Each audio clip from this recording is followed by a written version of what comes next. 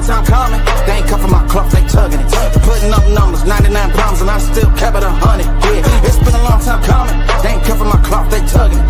Putting up numbers, 99 problems, and I still kept it 100. Yeah, who don't play, play, play, play, who don't play. Music licensing reimagined. Play, who don't play, play, play, play, who don't play, play, play, who don't. Long time coming, black on the bottom of my feet from running. Cataracts under my eyes from hustling. Going from buying and selling to customers. Run up the business, God is my witness. Sun up to sun up from Monday to Sunday. We maxing the limits. My mind running like Tom Cruise on an action movie. Moving the mission, they say that I'm tripping. I've been told I need a vacation. I'm finessing a visit.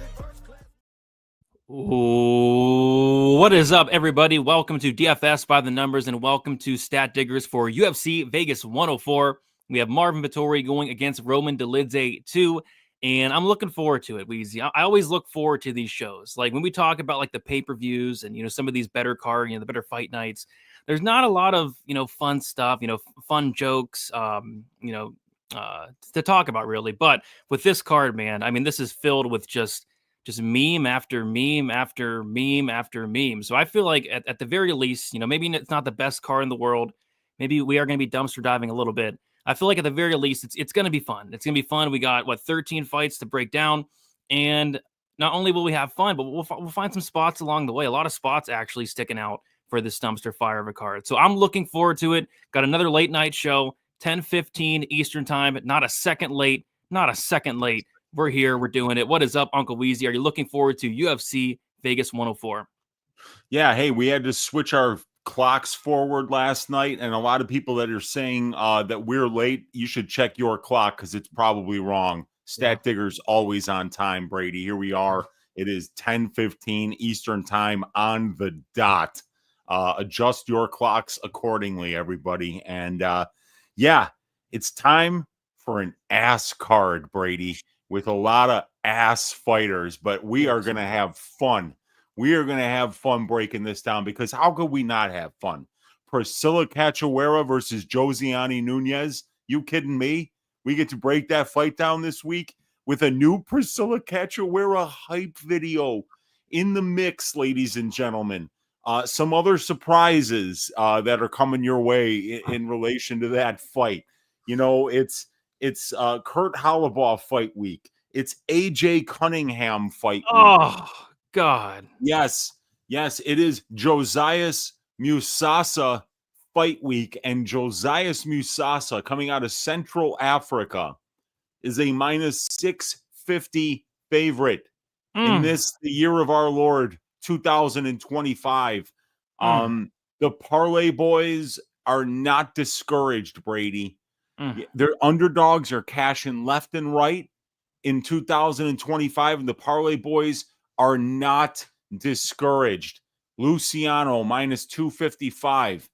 Dier Nurgajai in his UFC debut minus 310.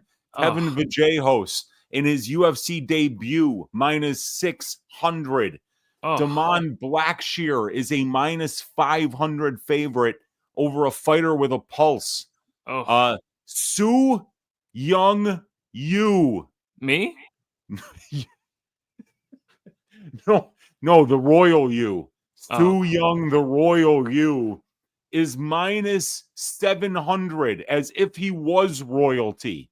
But he's not. I can assure you, ladies and gentlemen, he is not royalty, but he is just a little bit more expensive than Musasa, minus 650, and Carly Judice, who's 0-2 in the UFC, is a minus 405 favorite. Yes. Ladies and gentlemen, we are going to have fun on this week's episode of Stat Diggers, breaking down this absolute dumpster fire of a card. But the best cards, Brady, we say it all the time, are the ones where we stack cash tickets like flapjacks. And if we can find the spots that are sticking out, if we can find where the market is taking too much recency bias into account, and we can find those good underdog plays that are going to cash, this is a week where if you can catch an underdog or two, man, you could stack up some units. So I'm looking forward to breaking down these fights and finding the spots that stick out with you and the rest of our Stat Diggers audience. Yeah, I mean, I feel like we've been going a lot longer lately. Diving deeper in and talking with the chat as well. Love talking with the chat. Most of you guys, at least, a couple of you guys, kind of suck. A couple of you guys, but most, like 99% of you guys are awesome. Yeah, But that yeah, that one definitely. percent, that 1% absolutely sucks. Yeah. But Yep. 99% is great. So Very good 99%. It's the yeah. 1% that just Oh, absolutely sucks, Brady.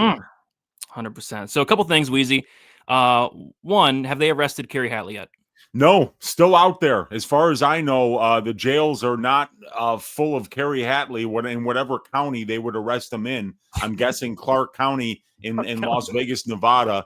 For some reason, when you look at the Clark County prison, you're not seeing Kerry Hatley in there. And I don't know if there are any federal prisons that would be like maybe taking over, like maybe a RICO investigation into this kind of thing. But dude, are they going to arrest Mauricio Hoofy for what they did to the absolute husk of Bobby Green, which was created by Kerry Hatley and his, Oh, like, dude, Bobby Green's still fighting.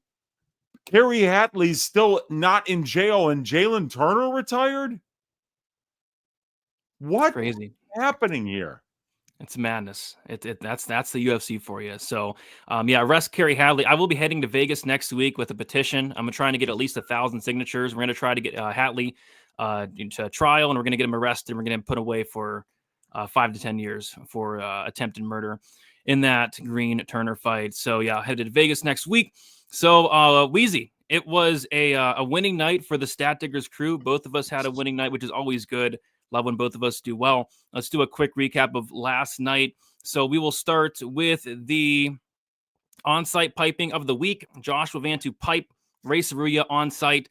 Not quite a piping, but it was a clean win. I mean, it couldn't have been any more clean. Ray Saruya just looked like he didn't belong, and Joshua Van won a pretty clear 30-27, I believe, winning the first round ever in history for Joshua Van. So, yeah, pretty easy win. Joshua Van got the decision win.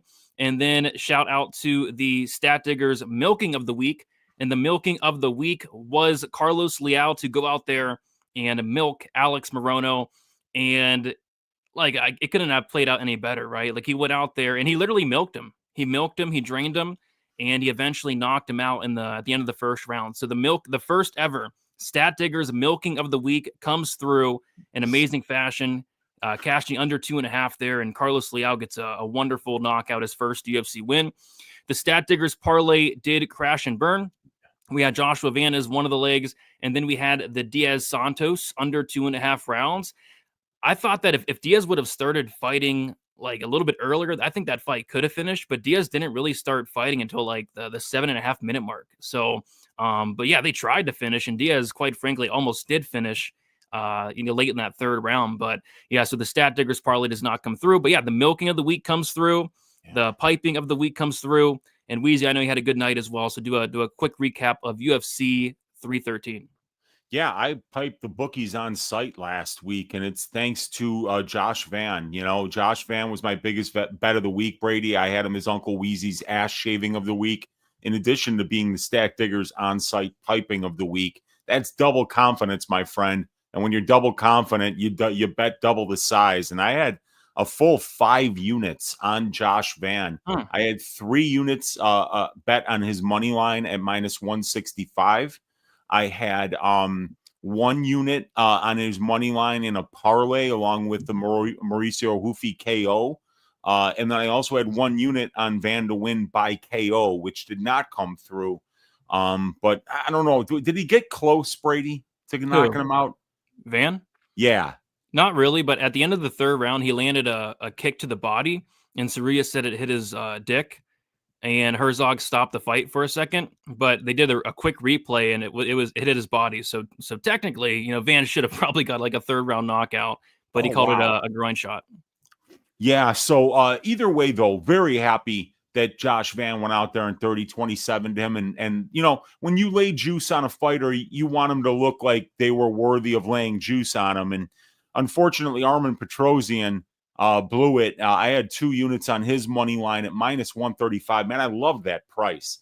And I just thought he was going to kind of style on Bruno at range, but Bruno fought, like a wrestling heavy game plan. I think he attempted almost 10 takedowns, got a couple of them, and then bam, subbed them almost immediately. So that was wild, but that was a loss for me. But the Bootsy Collins Memorial Dogs Are Barking pick of the week was the Amanda Lemos money line. Got her at plus 125, cashed that. Had Magomed Ankalaev at minus 104 for 1.5 units, cashed that bet. It was my violence bets that let me down, Brady. I had a half unit on Ankalaev to win by knockout.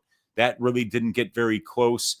I had 1 unit on Josh Van to win by knockout. He didn't get that. And I had 1 unit on the fight doesn't go to decision for Amanda Lemos and Lucindo. And I guess that wound up being a grappling match. I thought that Amanda was just going to try to keep that standing and try to knock her out, but like that was like well over 10 minutes of control time in that fight. And then my biggest hit of the night was Justin Gaethje to win by decision. Full unit bet on that, Brady, at plus 375. So that was a huge 3.75 unit hit, won 5.78 units. If I could have got just a little bit of violence, like an Ankalaev KO or a Van KO or a finish by Amanda Lemos, that would have really propelled me into a great night. But up 5.78 units is fantastic. Ass shaving of the week hit, dog pick of the week hit, and the probability parlay hit. So I was really excited. Great week. And it's always good when you have both of us having a winning night. Yep. For me, I was just one spot away from like a really, really good night. So the night kicked off kind of frustrating with the under 2.5 in the Diaz Santos fight. They combined for 276 significant strikes, and the fight went the distance. Ozzy Diaz wins his first decision ever. I couldn't believe it. My best bet of the night was probably the Francis Marshall plus 3.5. It was my first bet of the week. Got it at plus 150. Cashed the CLV. Cashed the bet to win 2.25 units. And yeah, I mean, Marshall clearly won the fight. That was one of the worst robberies I've ever seen. But hey, that's why I kind of like that plus 3.5 because, man, I feel bad for the people that got burnt on Marshall because that should have been a big giant cash. But yeah, cashed the plus 3.5. I had the Carlos Leal, Alex Morono under 2.5 at minus 105. The KO was like minus 130. The inside the distance was like minus 150, but the under 2.5 was minus 105. I figured if he's going to finish Morono, it's probably in the first 10 minutes. All of his finishes do come in the first 10 minutes outside of one. And he went out there, and that's what I want out of a violence bet. I want those guys to go out there, and I want them to swing dick. So that was a good hit. The next 2 fights sucked from a betting perspective. I had 1.5 units on Petrosian, and then Petrosian KO2, KO3. And it was frustrating because Petrosian lost a point in the first round, still won the first round. But yeah, they take a point. That like they never take points, but they took it against my guy. And then in the second round, he was outlanding Bruno 24-14. Was a competitive round, and then he just gets taken down and insta-subbed, which is frustrating because I felt like, especially if the fight got to round 3, that round 3 would have been live. And then also, of course, a Petrosian decision win could have been live as well. So that one hurt. Would have liked to have that one back. I had a unit and a half on Van Saruya fight doesn't go, and then Van KO 2-3. And I kind of felt like Van let Saruya off the hook a little bit, but to Saruya's credit, he came in with phenomenal conditioning. The dude attempted 21 takedowns and didn't really look tired, but I thought Van could have pushed the pace a little bit more and got him out of there. The most satisfying bet of the night was Mauricio Hufi KO1 or KO2 plus 150 for 1.5 units to win 2.25. Hufi lands one of the best knockouts you'll see, knockout of the year contender in the early going. And then I had the under 2.5 in the Bahamondes Turner fight, 2 units minus 130. Probably should have went heavier on that. And yeah, Jalen Turner retired, which I thought was weird. Had 2 units on the Fiziev money line, probably my worst bet of the night. Close fight, but clear fight, right? Like Fiziev clearly won the first round. Gaethje clearly won the second, came down to the third, and Gaethje just had more left in the third. Fiziev was doing great with the body kicks in the first 2.5 minutes, and then he just randomly stopped throwing him for some reason. But yeah, Gaethje gets the win, minus 2 units there. And the end of the night on a very high note with 1.5 units on Magomed Ankalaev at plus 100. So about a unit in profit there. But if the Diaz Santos fight finishes, it's a great night. If Petrosian doesn't get meme subbed, it's a phenomenal night. If Van finishes Saruya in the second or third round, like if that groin strike was a body shot, and he did get finished. That's like an 8-unit swing for me. So yeah, I felt like the reads were solid outside of probably the Fizzy fight, but yeah, it's good to come away with a solid win there. Before we move on to the chat, I do want to shout out the sponsor of the show. That is our guy, Avery. Shout out to Avery for sponsoring the show. Make sure you guys give him a follow at MMA_very on X. He posts his takes week in and week out. He also had a good night last night as well. Yeah, go follow Avery. Great guy. Love chopping it up with him. Shout out to Avery for sponsoring the show. And shout out to Rob B. Shout out to Rob B saying won the $4 3 max. There you go. And he's also saying, are the fights going on now? The fights actually don't start for about, 5 days? 6 days? 6 days. Yeah. 6 days. So shout out to Rob. Yeah, that's a great win there, dude. Great win. We got Z500 DK Sniper with the $9.99 saying, I'm never here for the lives, but I always listen later on while I'm at work. Keep it the great work. Let's pipe up the bookies and give your Uncle Weezy money now. Shout out. Give me money now. Give me money now. Shout out to Sniper. Appreciate you, Rob. Appreciate you, Avery.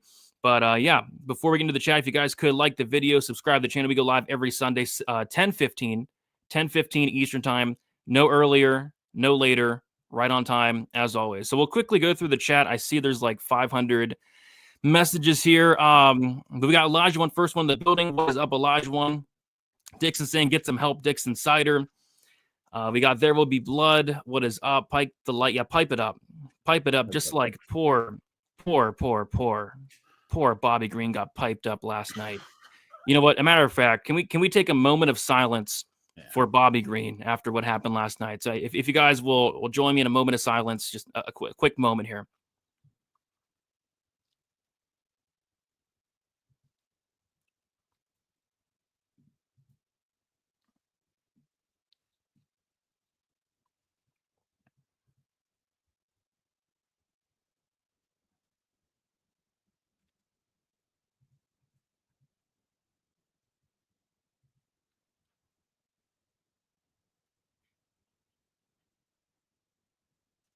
We got Iceland Farts, profitable event for me. That's 2 in a row. There you go. Let's go for 3. Heck yeah. I'm trying to start a winning streak myself. Poor Marshall, man. The dude clearly won the fight. Sam hopping on the Dubin train. We'll talk about that fight. Judice is going to cook Dubin so bad. This week's Chalk. Yeah, I think there's like 3 fighters that are minus 200 or less this week. So it is definitely Chalk City. Agreed. I agree with that. I think there's some solid opportunities on this card.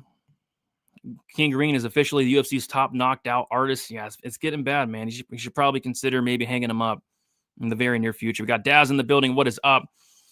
We got Wade Young in the building. What is good? Tempe. Yeah, never late. Never late. Never late.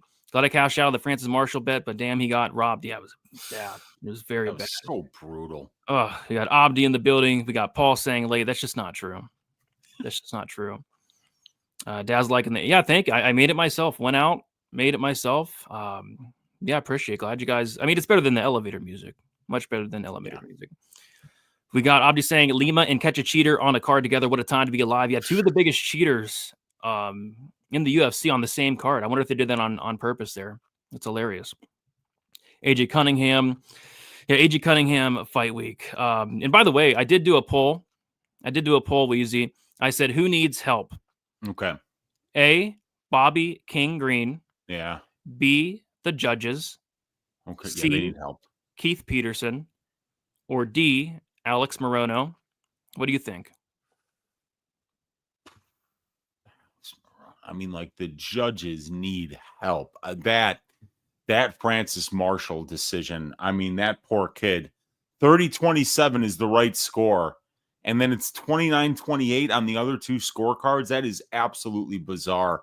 And I know that Vegas needed a Marshall loss, dude. They had a lot of liability on Marshall. So they got what they needed again. And that was disgusting. Bobby Green and Alex Morono should probably retire too, you know. Yeah, that was really bad. Yeah. The winner was actually the judges, which I'm surprised only 7% of people said Keith Peterson, because Keith Peterson looks like very, very ill. He looks so skinny. Yeah, like he lost a bunch of weight in a really short period of time. Yeah, my mic got unplugged. There we go. Again, huh? Yeah, I don't know what's going on tonight. I don't know what's going on. Crazy. It's crazy. Well, we'll bounce back. Don't worry about it. I'm in the 1%. No, that's not true. Marcel. Marcel is in the 1% with those Jessica Andrade pictures. He may be. My boy Morono got milked. He did, yeah. He did. Yeah. We got Bravdini in the building. What is good? Got the dog father. What is good? Yes, Freak checking in from the treadmill. Heck yeah. We got Paul in the building. We got Justin. We living in a van down the river. Herzog left it up. Yeah, I mean a van KO3. It certainly would have been nice. Would have been like an 8.5 unit swing for me. So that would have could have used that for sure. Anyone catch Rogan referred to Lucindo as a young man? Yeah, I did. This young man. That was that's messed up, man. That's messed up. We got Dravi in the building. What is up? What is up? Dravi. Hopefully you had a good night as well, Dravi. We got Big Steve checking in. We got Kiwi checking in as well. Let's see here. Oh God, the comments are coming, man. They're coming. Just like that milk was pouring out of Alex Morono. You got that right, man. He got milked. Yeah. It's hard to. It is. I mean, last night's card was good outside of the kind of the main event, and that Lucindo fight kind of sucked. But everything else, I thought last night's card was a really good fight. Wasn't there 2 robbery? Yeah, there was 2 decisions I did not agree with, and there was one robbery. One robbery, I'd say. What the other one you didn't agree with was that the Ozzy Diaz fight? Yeah, I thought Santos won the first 7.5 minutes. Diaz won the last 7.5, but it was a close fight. I disagree, but it wasn't a robbery. But the Marshall fight was. I mean, that was shocking. Yeah, that was so bad. I remember right when Martina started reading the scorecards. I said out loud to nobody, but said it out loud like, "How the hell is this a split? There's no way this should be a split." And then, I mean, I just couldn't believe it, man. Poor Francis Marshall. What a fuck job. It's crazy, man. It's crazy. But I think we covered everything. So I guess what we're going to do now is get into some fights. What do you say? Let's do it. Let's do it, man. All right. And if I missed your comment, guys, I'm sorry. I mean, somebody the last couple of weeks, he's really mad at me. I tried to get to all the comments. I really tried to, but there are just a lot. And I'm doing multiple things. I'm doing things like I'm hosting. I'm giving some analysis. I'm checking the chat. I'm talking to Wheezy. I'm doing this. I'm doing that. Running off of 3 hours of sleep. The time change effed me up. I went to bed at 5 o'clock. I woke up at 8 o'clock. Oh, not fun. Yeah, not fun. That's not good at all, dude. So I have no sleep. So if I missed your comment, it's not personal. I either missed it or sometimes YouTube also filters out comments. So don't get mad at me. I'm trying my best. Yeah, we try our best here on Stat Diggers. Both of us do, Yeah, 100%. 100%. So don't get mad at me. All right, first fight of the card. We got Unessi Duben.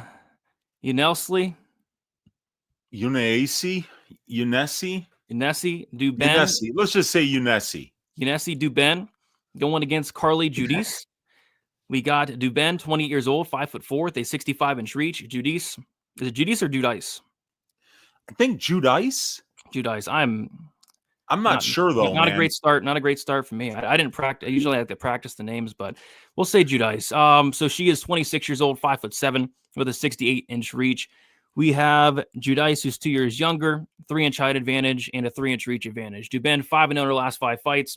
All of those are by knockout, all before the 3rd round. As far as Carly Judice, she is 3-2 in her last 5 fights.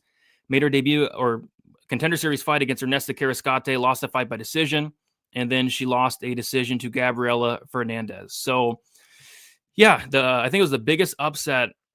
Maybe, I don't know if it's Contender Series history, but I know for a fact, last year it was the biggest upset. Duben was like plus 1,000 on the Contender Series, and I went back and watched, all the footage available on Dubin, and there's not a ton of footage on him. One of the fights, it takes you to Facebook, and I think I got like a virus, to be honest. Like my screen started like tweaking out, and I think I have a virus on my computer. Might need to stop to have somebody check it out. So, and then there's another fight where her opponent literally quit. They threw in the towel. They threw something in the cage, and that was that. It was a really weird circumstance. And then you have the first minute knockout or whatever. So there's not a ton of footage on Dubin, but you look through her record and it's the worst level of competition I've ever seen in my life. And I know I say that a lot, the worst I've ever seen. No, it's the worst level of competition I've ever seen in my entire life. You have 0-0 fighters who I think still to this day don't have a win. Some maybe has like one win. The worst level of competition imaginable for Dubin. So, that's kind of why she was plus 1,000. And the footage that was available, quite frankly, just you don't see a lot, and it wasn't really that impressive. She goes out there and gets a knockout win. So Carly Judice, at the very least, she's shown that she can go out there and hang with some solid fighters, some solid strikers. Ernesta Carrascate, very solid striker. Gabriela Fernandez, very solid striker. Both of those fighters are UFC caliber fighters. Whereas Dubin, I'm not so sure. I kind of have a sneaky suspicion that, that KO win, it was a great KO, but I don't know. I don't know how much I can take away from that. Like, I feel like Judice is probably going to destroy Dubin here in this matchup. And the line kind of does indicate that. I figured she'd be a big favorite, and she is. She opened up minus 650, actually. She's now minus 405. Dubin opened up plus 475. She's currently plus 335. What I will say, though, is Judice is very, very hittable. She's very tough, but very hittable nonetheless. So Dubin does have power. What I like here is kind of the under. It has gotten smashed, which I don't love. Like, it opened up plus 165. It's now plus 115. Dubin's never seen a third round. And I think with the way these two ladies fight, I don't think she will in this fight as well. Both ladies hittable. And I just question Dubin in general. So, yeah, should be a really fun fight, though. I'm actually looking forward to this fight to kick off the card. I think it's going to be a fun one. Weezy, what are your thoughts on this fight here? Yeah, with Dubin, you've got somebody who came into that Contender Series fight having never fought a girl who had even had a professional fight on their resume. So every single fighter with an 0-0 record. And what's even more confusing than that is, how do you get 2 title fights? There's a title fight in 300 Sparta, and it's between Dubin, who's 2-0 with a no, or 1-0 with a no contest, and her opponent, who's challenging for a title, is 0-0. So no pro fights yet, fighting for a title. Then her next fight in 300 Sparta is against Andrea Velasquez, 0-0, getting a title shot. So it's like, what is going on with these promotions that she's fighting in? Literally, they're giving title shots to ladies who never even fought before. So it's an extremely low level of competition. And even though she's going out there and shaving these girls' asses, armbar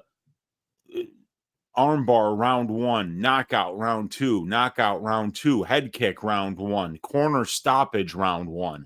And then she goes out there and knocks out Shannon Clark, who's 5-0. So she finally fought somebody who had a professional fight on their resume, and she gets a win. And, she's even got a couple of amateur fights, and she had a no contest against the girl that she wound up beating later for the title.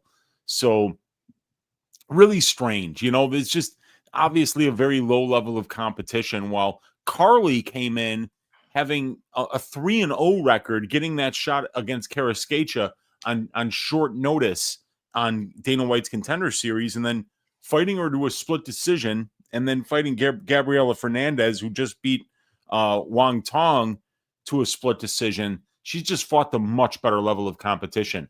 We know Carly has excellent conditioning. We know that she throws a ton of volume. We know that she's got a chin, and we know that she can keep up a good pace for a full 15 minutes and do it against fighters that actually have a pulse. We just don't know anything about this Dubin, but what I do think that I know, Brady, is I think she's getting milked. Oh, I do. Yeah. I think she's getting milked here, man. I think Carly Judice is going to milk Yunaisi Dubin, and I think it might be the most watchable thing on this card. Sorry, I was just getting the banner up. I mean, let's see. That's where I think. I don't know. Do you agree with me? No, I agree 1,000%. Okay, yeah. I mean, like, dude, yeah. I think Dubin is getting milked here, and I think it's appropriate for this fight because Carly is out there landing 13.2 distance strikes per minute, attempting 26.4.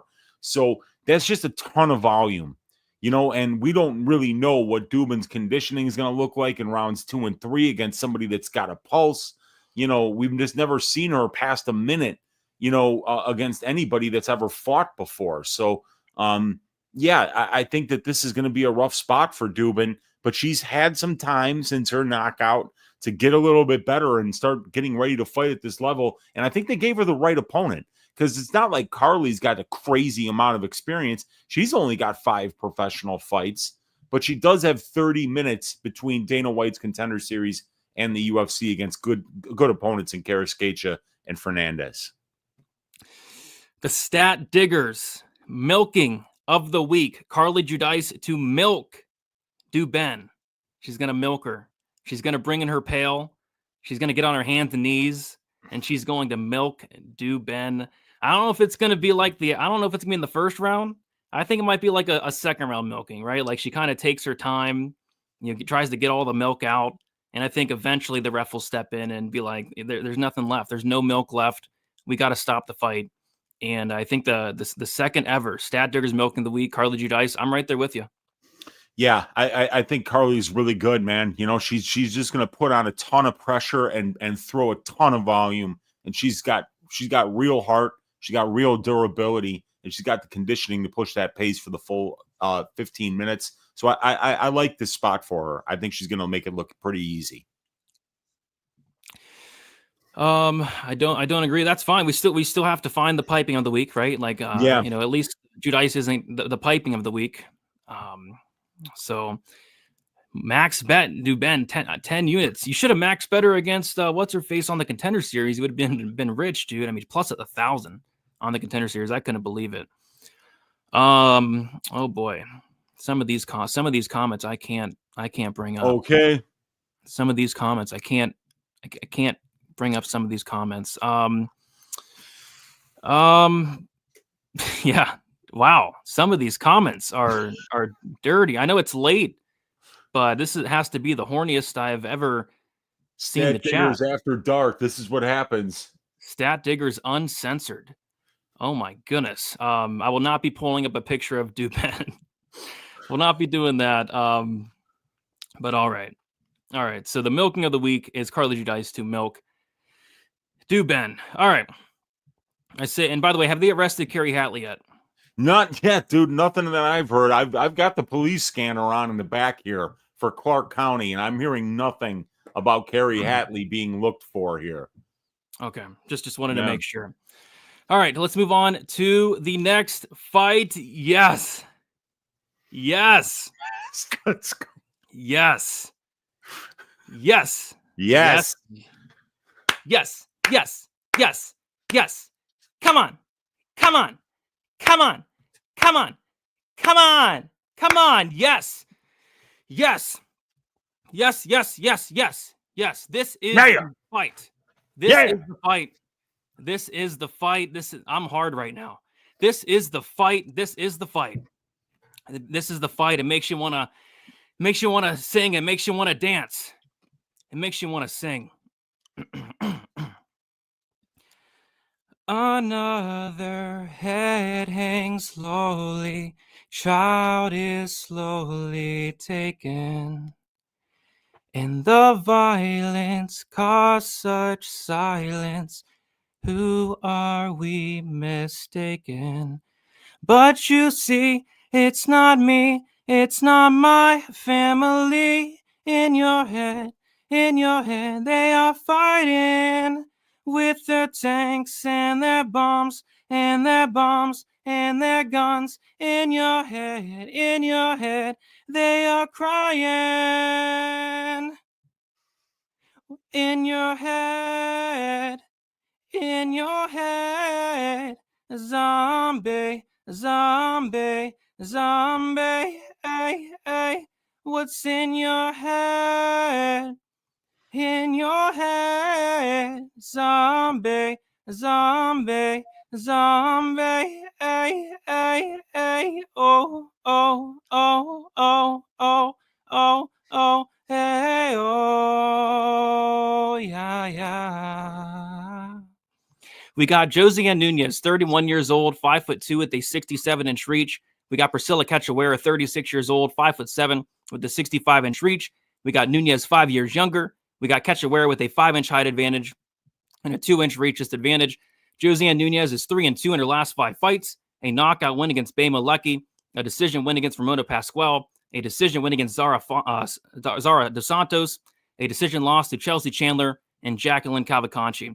As far as Priscilla Cachoeira, she is 2-3 in her last 5 fights, a submission loss to Jillian Robertson, a decision win against Jiyoung Kim, a knockout win against Ariana Lipsky, and then a submission loss to both Miranda Maverick and Jasmine Jasdavicius, Wheezy. So this is probably the lowest level fight on the card, but I love what the matchmakers did here. They took 2 ladies that want to go out there, and these ladies want to do the same exact thing, Wheezy. They want to go forward.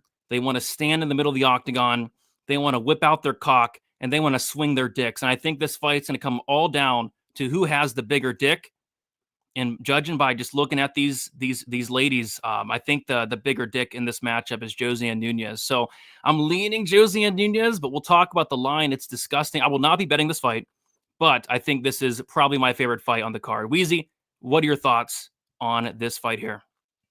Yeah, this is the most handsome fight of the night, and this is awesome matchmaking because both of these ladies basically just have the exact same game plan.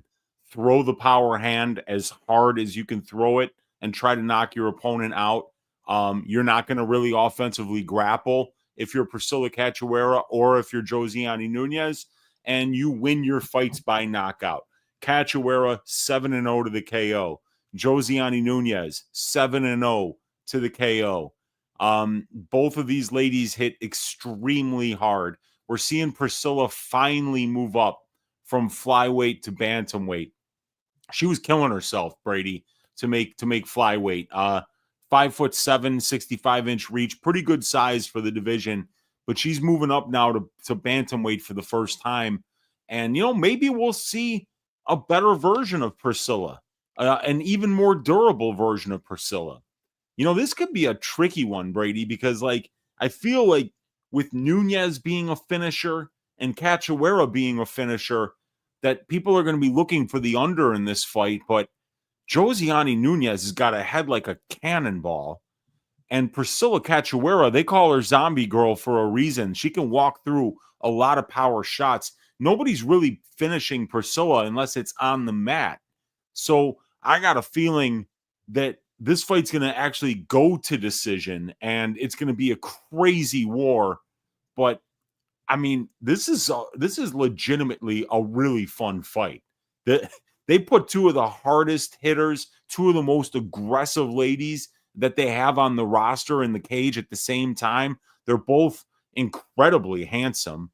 That is something that we're not going to even debate on. These are 2 of the most handsome fighters right now on the roster in any division.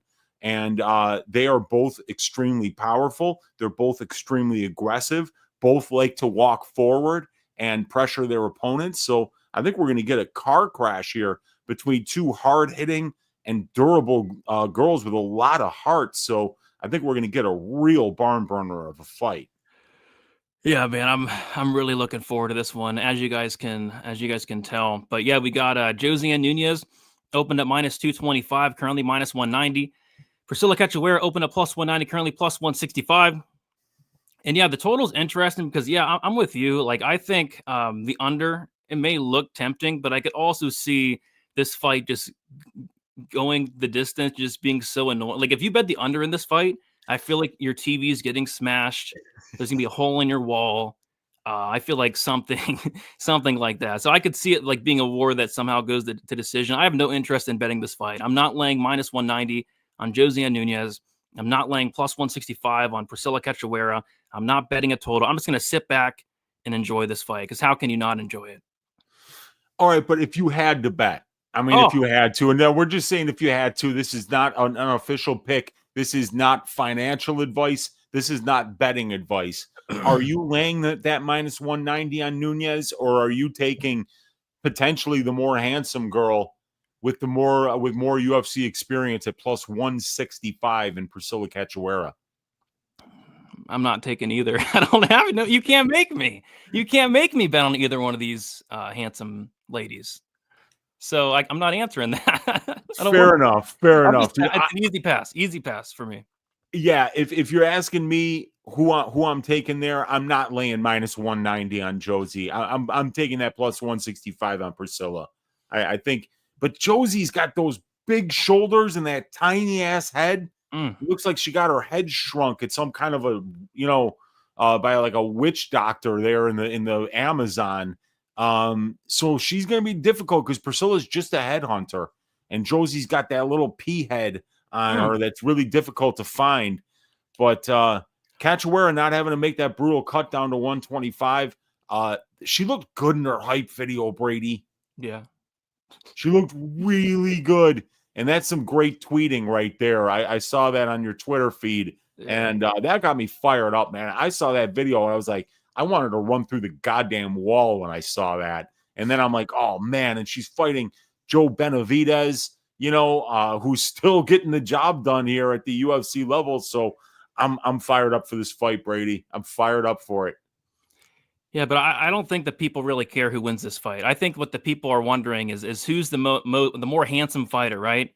Yeah. And I talked about this last week. I did a video a couple years ago, and I actually did the top 5 most handsome fighters. This video was never published, so tonight is a very special night. You guys are going to get a behind the scenes, deleted scenes video from a couple years ago, and we're going to look and see who the most handsome fighter is in the UFC.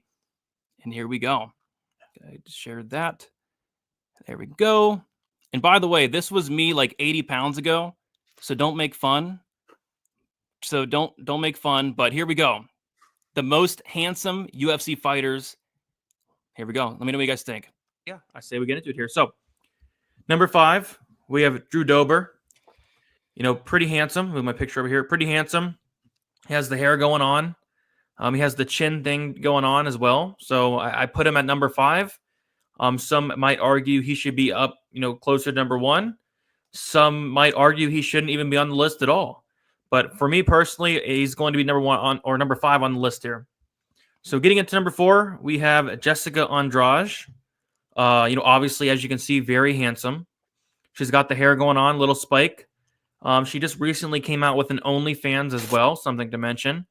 And she has a, very nice haircut as well. And I did put her at number 4. Some might argue that she should probably be up closer to the top. But once you see the fighters I do have closer to number 1, number 2, number 3, you'll kind of see why I did have to, put her in this 4th spot. So Jessica Andrade, I do put her at number 4. Obviously very, very handsome, but she will not make my top 3.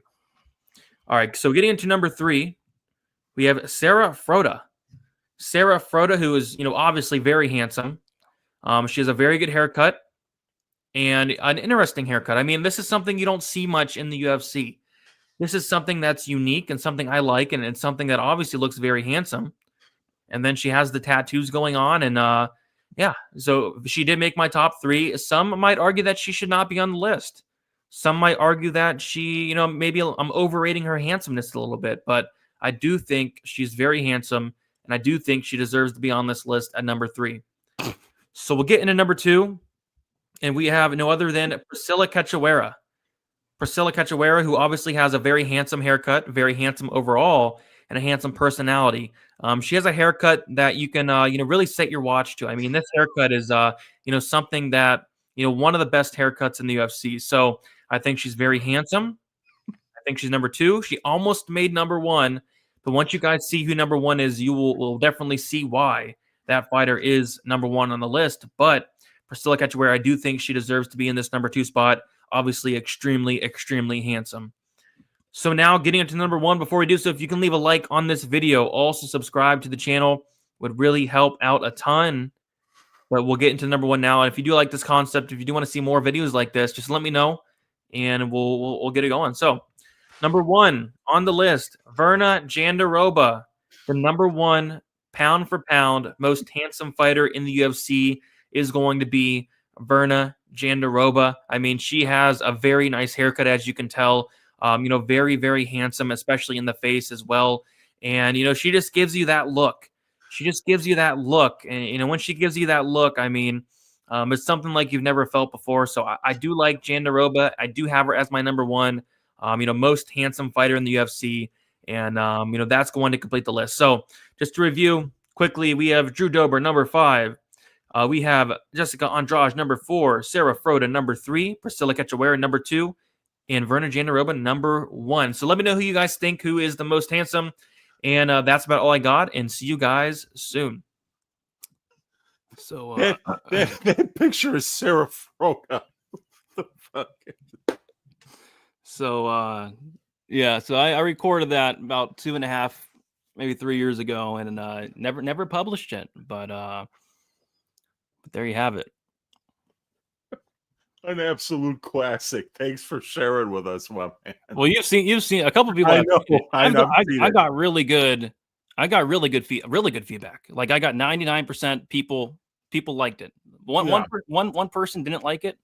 One person said, "Hey, maybe it's not a good idea to post that. It's not a great idea to post that."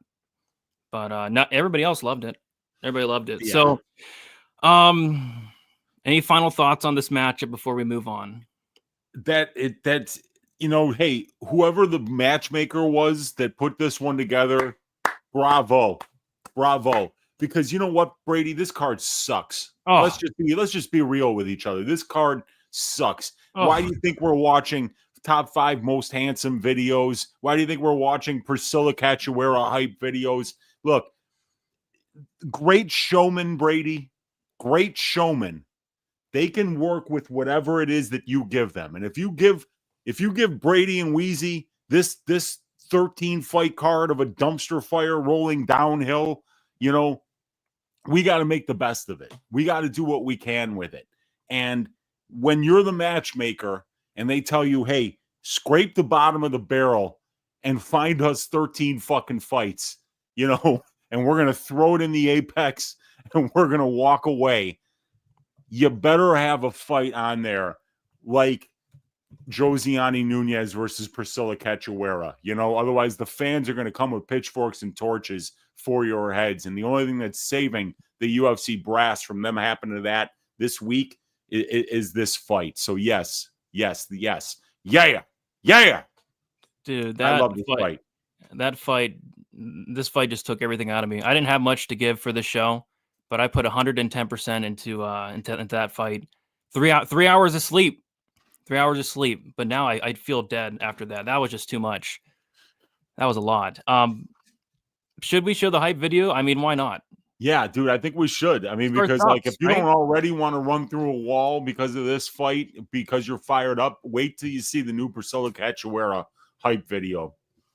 And if you guys are watching on there will be timestamps. So you don't have to watch the hype video. You don't have to watch the top 5 handsome. You don't have to watch me sing. You can just skip ahead.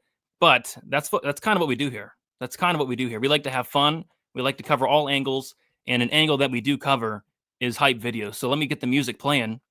And yeah, where is Colton G? Haven't seen him in a while. He probably ended up in jail. I mean, that guy just seemed a little unhinged. Extremely unhinged. So StreamYard did an update. Where do they have there's the media. Okay, here we go. Okay.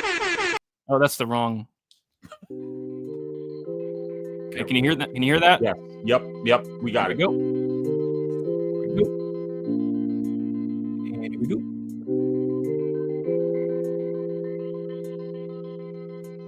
Yes. You see it? Yeah. Okay, good.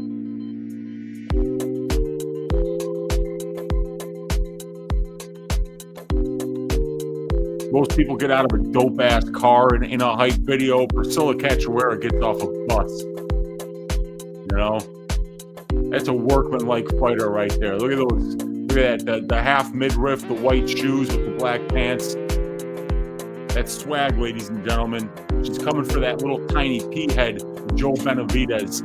You better look out. You know, Priscilla's moving up to 135. This is her true weight class. She's bringing the power with her, Brady. She's bringing the. Look at that. Look at that. Yes. That's fucking gold. Look at that. You don't see that too often. That's swag. It is, man. That's swag. That's a handsome looking fella right there. Yes, it is. Yes, it is. Great sunglasses. That's confidence. Look at that. The shoulders back, chin up, you know, pointing at people, you know, like the buddy Jesus, you know, like that. I love it. I love it. Second fight of the night. Bullshit. This is the co-main, ladies and gentlemen. This is the co-main event. It's everybody's co-main event. It's the people's co-main event. It's the main event as far as I'm concerned. Hey, man. We get to make our own rules on here. It's our fucking show. It is. And it's all sponsored by Avery Marino. Shout out to Avery. Shout out Avery. Good guy. At MMA_very. Yes. Follow this man. Yes. All right, guys. Let's I don't know if we can top that, but we'll try. We got Daniel Perez going against Andre Lima. Wow, they put the cheaters back to back. I wonder if they're going to keep that bout order. I mean, two cheaters back to back. But yeah, we got Perez, 36 years old, 5'6" with a 66-inch reach. Got Andre Lima, 26 years old, 5'7" with a 67-inch reach. Got Andre Lima, 10 years younger, 1-inch height advantage and a 1-inch reach advantage.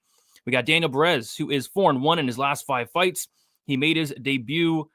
Was it against Filio? Yeah, Filio. He looked good. He looked good in that first round up until he didn't, and then got kind of cooked and finished late first round. And then he won a decision against Victor Altamirano. As far as Andre Lima, he's 5-0 in his last 5 fights. Had that DQ in his debut where Severino bit him. Had a decision win against Mitch Raposo, and then a decision win against Felipe Dos Santos. So, yeah, man. What's interesting about this fight? And shout out to Lou Becci. He does the Yambag bet, which is the point deduction. If you guys can bet the point deduction on either the Cachoeira or Lima fight, I think it's a good bet at plus 2,000, right?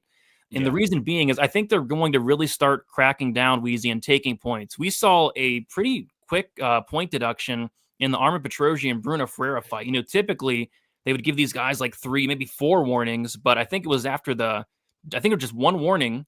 And the Petrosyan landed a groin shot, and then he took a point. So I think they're going to really start cracking down since that Song Yadong fight, right, with Henry Cejudo, since that Manel Kopp fight with Almabayev where he poked him in the eye. I think we're going to start seeing more aggressive point deductions and warnings. So Andre Lima is the second biggest cheater in the UFC. This guy cheats so much. You know, arguably the first. He'll grab the cage. He'll grab the shorts. He'll poke you in the eye. He'll put his toes in the cage. He will do anything to. He'll miss weight. He'll miss weight. He'll use every cheat in the book. I bet he's cheating on his girlfriend right now. Yeah. I bet he's at the strip club just cheating on his girlfriend because this guy is the biggest cheater that you will ever see. With that said, though, you know, this cheater, he's talented. Yes, he'll miss weight. Yes, he'll grab the cage, but he's a talented fighter. Very good striking. You know, the grappling's solid as well. I think he's even a black belt now. The takedown defense is improving. He's a very, very good fighter. With that said, like his wins haven't been that impressive. Obviously, he got bit and won by DQ. He won a split decision against Mitch Raposo. That wasn't the best look. The Felipe Dos Santos fight even wasn't the best look, but I do think kind of the skills are there. So I like Andre Lima here to win. I think he'll be the better striker. I think he'll be able to actually dictate where this fight takes place. But we'll talk about this card, Weezy. Some of these lines, they're just too wide. Like, when has Andre Lima ever looked minus 275? Did he look minus 275 against Severino? Absolutely not. Did he even look minus 275 against Raposo? Maybe, but that was a split. Did he look minus 275 against Felipe Dos Santos? No, he did not. So I'm picking Lima, but I can't get to almost minus 300 on some books as well. So yeah, this is an easy pass for me, but I will take a little look at that point deduction prop at plus 2,000. Yeah, I don't mind that in a Lima fight for sure. Like you said, the guy does cheat constantly. I mean, like the guy cheated so bad in the Severino fight that young man bit him. You know, like that's a visceral reaction for any human being, much less a grown man at 21 years of age, to bite another man. Like that's how you're going to solve your problems. You're going to bite somebody. You need to kind of drive somebody to that. And I'm not excusing Severino's behavior, but let's be real. This guy Lima is a cheater of the highest magnitude, Brady. He is an absolute cheater. But you know, he's got really good kickboxing. The guy comes from a kickboxing background, very high level Muay Thai kickboxer here.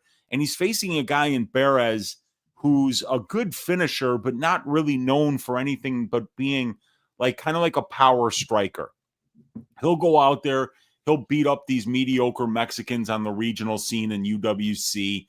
He's faced a lot of lower level regional scene competition, trying to find fights in Europe coming off the Spanish regional scene, where it's notoriously hard to get fights. So he's been doing this for a minute, man. 12 years as a pro for Daniel Perez, and he's a 36-year-old flyweight. And, you know, the win against Altamirano, I had a bet on him there. I thought he would look better. I really did. I mean, he won the fight, but I wasn't thrilled with the bet, even though it cashed. And, you know, Lima's a much better striker than Altamirano is. And I think with Lima, you're looking to hopefully grapple this dude, you know, because his striking is so technical and crisp, and because he's got some power there, you don't really want to be at range with this guy. But I don't necessarily think that Perez is going to be able to mix the martial arts and find ways to win minutes or moments in the clinch or on the mat here. And I think he's going to be outgunned on the feet. I could see either one of these guys getting a finish because they both have power, but we've never seen Lima get finished as a professional in 10 pro fights because he's never lost. And we've never seen Daniel Perez get knocked out in 23 professional fights. And we've never seen Lima actually get a submission win. So I got a funny feeling that this one's going to go the full 15 minutes and that Andre Lima is going to win a decision here. Yep, I agree. I think it goes to decision as well, unless we get a DQ. A DQ is in play. DQ is in play. It's already happened once, and this guy Lima, I mean, he'll do anything. Eye pokes. He might like sneak a foreign object into the cage like he's Cowboy Bob Orton. You know, like I'm not putting anything past this guy right now. Like he's probably gonna have a manager cage side that like somehow drugs the ref and then sneaks in a weapon. You know, like they better check this guy's shorts before he walks into the cage. I could see him having something in there. So Daniel Perez is going to have to not only try to outfight this guy, but he's going to have to watch out for the blatant cheating that will be coming his way. These guys are in Nevada, right? This one is in Nevada in the Apex. I wouldn't be shocked if Andre Lima's at the Bunny Ranch in Nevada, just cheating on his girl right now. Yeah, and then he's going to probably try to get like you know, he's going to run out on his bill too. Yeah. Oh yeah. Maybe he'll have to wait for like maybe a win bonus to head there. Hang on, I left my credit card in my car. I'll be right back, you know, and then he just gets the hell out of there, you know. Dude's such a cheater, man. It's just every fight. It's been every fight. Even that in the Raposo fight, he cheated. Santos fight, he cheated. Cheated in the Severino fight. How many? Like 20 times. You can't grab the cage. So yeah, this dude, the cheater. Look out for the point deduction. And didn't he miss weight by like 4 pounds in the Raposo fight too? Yeah. He's cheating on his diet. I know. It's crazy. It's crazy. Oh. Yeah, Mark Smith was quick with the point deduction last night. He was quick with it. Take the over 2.5. Yeah, I don't mind the over 2.5. Minus 175 for that over. We'll be talking about that Waldo fight very, very soon. Yeah, very soon. That's a good fight. Could be a draw. Like if a point gets deducted, man, it could be a draw. Yeah, could be a draw. Yeah, because like the bookies see it going to decision as well. So you can't have a draw if the fight finishes, you know. So you always are looking for a fight that's going to go to decision. And the one I always go with, Brady, is when I think that neither guy is good enough to win. Mm-hmm. Like, all right, I'm going with the point deduction and the draw. And this would be potentially one of those fights where you go 0.15 units on the point deduction, 0.1 units on the draw. And if you get both, it's like 0.25 units to win over 11. Jeez. Yeah. Oh my goodness. And like when you get those point deductions, that's a great way to get a draw. Yeah, Either the 10-8 round or a point deduction can make those draws happen. 100%. Perez is not a guy to cheat against, but neither is like Mitch Raposo. Yeah, And- true. but dude, Perez is cheating right now. He's at the Bunny Ranch. He got the 2-for-1 special. This dude's a cheater, man. This dude's cheating. And I agree. Pipe up the like button. Pipe it up. Cool. Pipe it up. All right. Move on to the next fight. And this is where it starts getting hilarious. We got Josias Musasa going against Carlos Vera. We got Musasa, who's 26 years old, 5'8" with a 74-inch reach. Carlos Vera is 37 years old, 5'6" with a 69.5-inch reach. We got Musasa 11 years younger, 2-inch height advantage, and a 5.5-inch reach advantage. Vera is 4-1 in his last 5 fights. He made his debut against Rinya Nakamura, lost that fight by decision. And then Musasa is 5-0 in his last 5 fights. Had a decision win on the Contender Series. So Carlos Vera is like a really, really, really, really bad Ryan Hall, I guess. Like a really bad Ryan Hall. And I see what the matchmakers are doing here, Weezy. They're being very careful with a couple guys on this card. Like they're really trying to get some of these guys a win. Like if you're trying to match up this Josias Musasa do with somebody in the division, right? You can't get an easier matchup than Carlos Vera. You can't do it. There's no easier matchup than Carlos Vera. I mean, Shannon Ross, he's up, but at least Shannon Ross has some skill. He doesn't have a chin, but he has some skill. He's Carlos Vera too, I mean, that's Carlos Vera's bantamweight skill is pulling guard. That's about it. But this line's wide, minus 650. It keeps getting wider, Wheezy. It was minus 500. He's now minus 650. What I'll say about Musasa is I think he's very, very green. I think he has a very long way to go. I was actually kind of surprised they signed this guy off of his win. It wasn't that impressive. And you're watching some of his fights. It's like these very low level guys. He's getting put into some bad spots on the ground. But he's facing Carlos Vera. Like this is an unbettable fight. Like you can't lay anywhere near minus 650 on Musasa. I don't care who he's fighting. I don't care. He can be fighting Malcolm Gordon. But at the same time, I can't put any money on. Could you imagine putting money on Carlos Vera and he goes out there and pulls guard? Just pulls guard within the first 10 seconds and then does it again and again and again and again. I can't. This is a pretty easy pass outside of the under, but I'm assuming the under is just terrible. Just terrible. And it is. It's set at 1.5. So yeah, it's a big giant pass for me. I got to pick Musasa because I just can't pick Carlos Vera to ever win a fight in the UFC. Weezy, what are your thoughts on this one here? A lot of times people will just absolutely destroy somebody for pulling guard or butt scooting, right? And I get it. You don't want to see that shit. It's not 1988. It's not, a pure Brazilian jiu-jitsu guy against a guy out there with one boxing glove, right? We've got a much more complicated sport, and there are very few specialists in this sport right now. But I don't mind somebody pulling guard or butt scooting when they suck at fighting, and the only thing that they can do is BJJ, and they literally have no other chance to win the fight than to grab some kind of a submission. So I always like to kind of make that little distinction before we break down a fight like this, because Josias Musasa at minus 650, Brady. Oh, it's the worst thing. It's so bad. It is us as gamblers who bet on this sport weekly. This is where we should be like calling press conferences and saying like us, the MMA capping community, we're not behind this. This is not us that's doing this. This is, like the Russian interference into the betting markets. That's what we're going to call this, the Russian interference into the betting markets, because we don't condone it. Do you condone Josias Musasa at minus 650? No. This guy is fighting out of Central Africa at a gym that Tapology is saying we cannot confirm that it exists. Okay? Now, that makes sense because like if I was working for Tapology and they were like, hey Wheezy, we need to fly you to the Belgian Congo.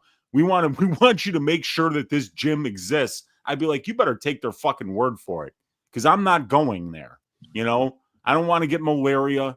I don't want to die in a coup. You know, and that's why we don't have a lot of fighters coming out of this area of the world, you know, and Josiah Musasa is one of them.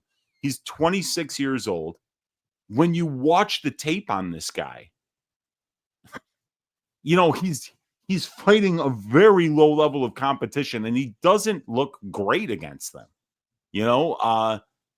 So it's really weird, that he even got a shot on Dana White's Contender Series, but he faced an undefeated Georgian guy who wasn't bad, and he beat him. So it was a big step up in competition, but Josiah's handled it. He won it, and now here he is making his UFC debut at 26 years of age against all odds, coming out of a part of the world that we literally have no fighters from. You know, I think Dalcha's from the Congo, but he's lived in South Africa and other parts of Africa for a very long time. So, you know, this is a big deal. You know, this kid, you know, coming out of Central Africa and actually being on the UFC roster. He's done this against all odds, and him being able to stand up for his continent and get this shot is a very big deal. But dude, Carlos Vera's live at this price. He's live at this price. You know, we don't really know what Musasa's Brazilian Jiu-Jitsu looks like. His takedown defense isn't great, but his get-up game is really good, Brady. When this guy gets taken down, he's athletic. He bounces right back up, and he's going to be very difficult to take down and hold down. He's got a lot of commitments into not letting himself rest there. So it's going to be difficult. But what's also difficult for Josias here is that Carlos isn't necessarily going to be the guy looking to land single legs and double legs and get on top of you. You know, he could go for Imanari rolls. He could pull guard. He could try to take your back standing. He could just try to make this into a no-gi grappling match. And at some point, Josias might make a really big mistake and might get leg locked or arm barred or guillotine choked in a scramble. So with Vera being this big of an underdog, and we know that this guy is really purely a Brazilian jiu-jitsu specialist, you might be able to find a submission prop at like 800 or 900, put a quarter unit on it, and then just say, you know what, if he loses, fine, but like at least, you know, I'm standing up to the tyranny that is Josias Musasa as a minus 650 underdog coming out of Central Africa in his UFC debut fight. What are we doing here? It's crazy, man.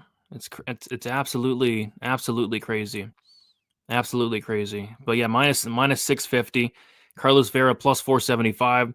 The over under set at 1.5. The over 1.5 is minus 185. The under 1.5 is plus 155. I think it could potentially go over, just because I think Vera is going to be pulling guard a lot, and that takes some time off the clock. You know, the whole pull guard thing, and then they kick their legs, and you're screaming at the TV. I could see this going over, but I would not bet it. It's just a big stay away for me. Just a big giant stay away. Disgusting fight. Yeah, this could be a 1-800-GAMBLER fight because, I mean, like, it's ridiculous to put minus 650 on Musasa. And then that's going to make the props unbettable as well. Oh. And then if you're taking the other side, you're betting on a 37-year-old bantamweight who never did anything in his career to deserve even being invited to the Tough House or put on the UFC roster. Yet he went to both. He lost in the Tough House to Brad Katona. He took a short notice opportunity to get a UFC debut against Rinya Nakamura and butt scooted and went for leg locks and got his face pounded into the canvas for a full 3 rounds, you know, by a guy who might even be a fraud at this point after we saw the next fight. Yeah, so he's a fraud. Yeah. Yeah. So, you know, I mean, I guess I see why Musasa should be a favorite, but minus 650, if you're betting that, shame on you. Shame. Shame. Shame. Shame. Shame on you. Minus 650. Shame. Be ashamed of yourselves. Shame. Why? Shame.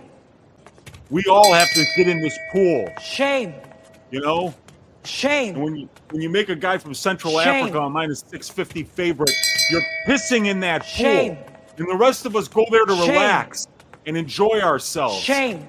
And get a little sun and maybe a little exercise. Shame. And you're pissing in our Shame. goddamn pool. Stop it.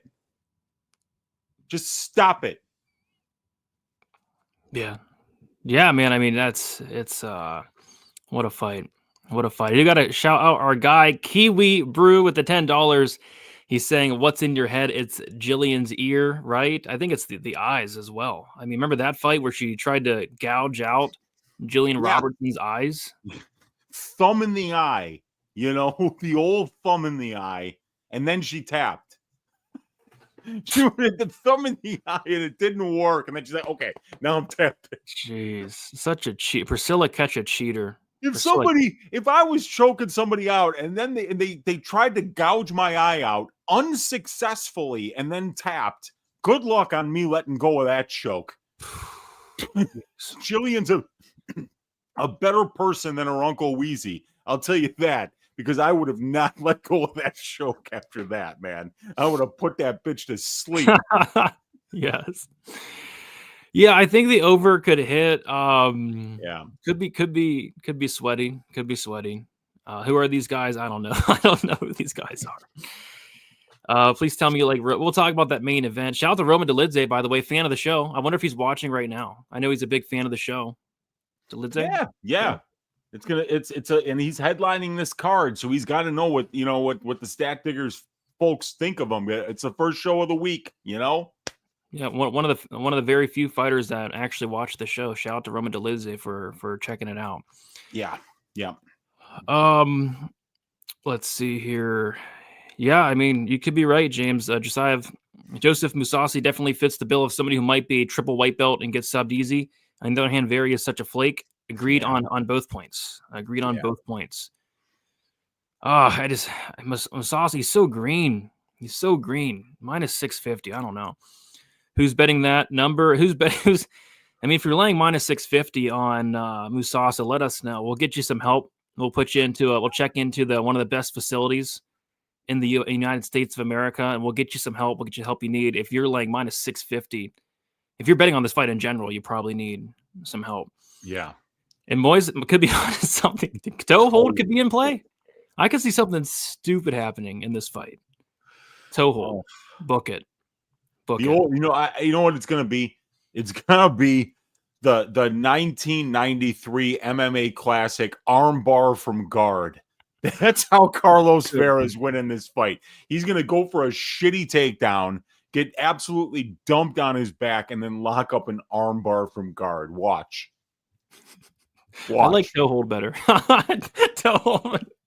And then Josiah Musasa is gonna say, I'm going to move away from Central Africa so I can learn about something that I've heard is huge these days, Brazilian Jiu-Jitsu. TriStar Central Africa is legit. It could be. That's not TriStar, though. His camp is called, what the hell is his camp called? I think he was making a joke. Oh, okay. There's no TriStar in Central Africa. Yeah, because he's at a camp called Elite Training Center. When you click on that, it says unverified gym. This gym was submitted to the Tapology site by a fighter or promoter, but our staff has not been able to verify the gym exists in any specific physical location or address. But then again, like I said, even if I worked for Tapology and they told me that was a condition of my job, I'd be like, find somebody else to do that job. Dude. This guy is at a fake gym and he's minus 650. Fake gym. Oh my goodness. Carlos Vera by sub could be a sprinkle, dude. It could be a little sprinkle for funsies. Yeah. If anybody wants to go to Lubumbashi, Democratic Republic of the Congo, and I mean, like, to call the Congo a democratic republic is like, we're not going down that road anyway. But yeah, if anyone wants to go to Lubumbashi, Democratic Republic of Congo, it's a 245 Avenue, Hewa Bora in the Q Industrial, you can let us know whether the Elite Training Center actually exists or not. Jeez. Minus 650. Minus 650. What is the fuck? I'm getting a probability on that. Hang on. Stick with me here. Minus 650 is an 86.67% implied probability, Brady. Jeez. They're saying that 13 times out of 100, Carlos Vera wins this fight. 13. Central African MMA is all the rage right now. They're figuring if these guys can beat malaria and being attacked by chimpanzees and child soldiers, that they can beat anybody in the UFC. So I don't know. We're gonna find out, man. Yeah, we'll find out. Vera by Irish Whip is We'll find out. the old Irish Whip. Great parlay leg. Oh boy. Oh boy. Oh boy. Oh boy. Oh boy. Oh boy. Let's move on. Let's move on. We got DR how you say it? Nurgazai going against Brenson Ribeiro. We got Nurgazai, who is 27 years old, 6'2" with a 74-inch reach. Ribeiro, he's 28 years old, 6'3" with an 81-inch reach. Nurgazai, he's 27, or I already said that. I'm like falling asleep. My bad. So he's 1 year younger. He has a 1-inch height disadvantage and a 7-inch reach disadvantage. Nurgazai, he's 5-0 in his last 5 fights. Had I believe it was a second-round knockout win on the Contender Series. Head kick. As far as Brenson Ribeiro, he is 3-2 in his last 5 fights. A knockout win against Bruno Lopez on the Contender Series. Knockout loss to Zhang Mingyang in his debut. A decision loss to Magomed Gadjalasulov. And then a decision win against Kyle Machado. So yeah, I kind of forgot who Nurgazai was, even though I did this fight for Contender Series. But went back and watched all the fights available. I think there was a good amount, like 5-6 fights, and a good amount of minutes as well. There was like even a 5-round fight with him as well. So yeah, got to see a lot about what this guy's about.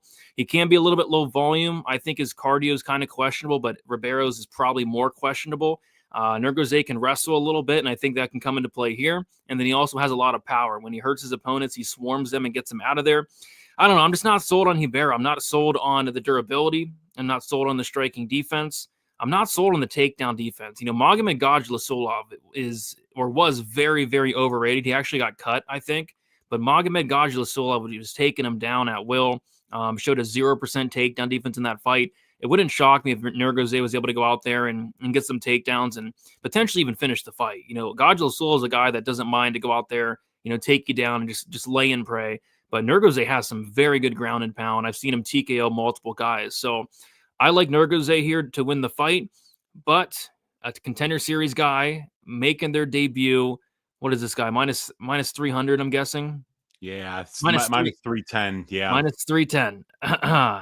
What could go wrong? I don't know. But I like Nurgazai here. I might look at some props for this one, actually.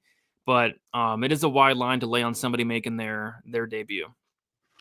Yeah, it is. But, he looks good, dude. This guy Nurgazai looks like the real deal. But you really nailed it. Kind of low volume, one strike at a time. But what he throws, he's trying to knock you out with.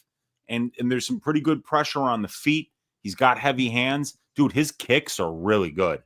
Mm-hmm. DR Nurgazai's got a really good left leg, man. He will go to the inside leg kick because he's a southpaw. So a lot of southpaws, they'll feel a lot more comfortable throwing kicks against other southpaws, especially the low leg kicks. But when you're in that opposite stance, you don't see, some of them aren't willing to throw those inside leg kicks. Not DR. He's going to throw those inside leg kicks, and his head kicks are phenomenal. He's knocked a couple guys out with them. The conditioning, not great.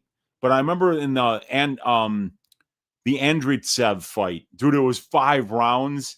And like midway through the second round, he almost finished Andreitsev. And then you could tell they were both completely gassed.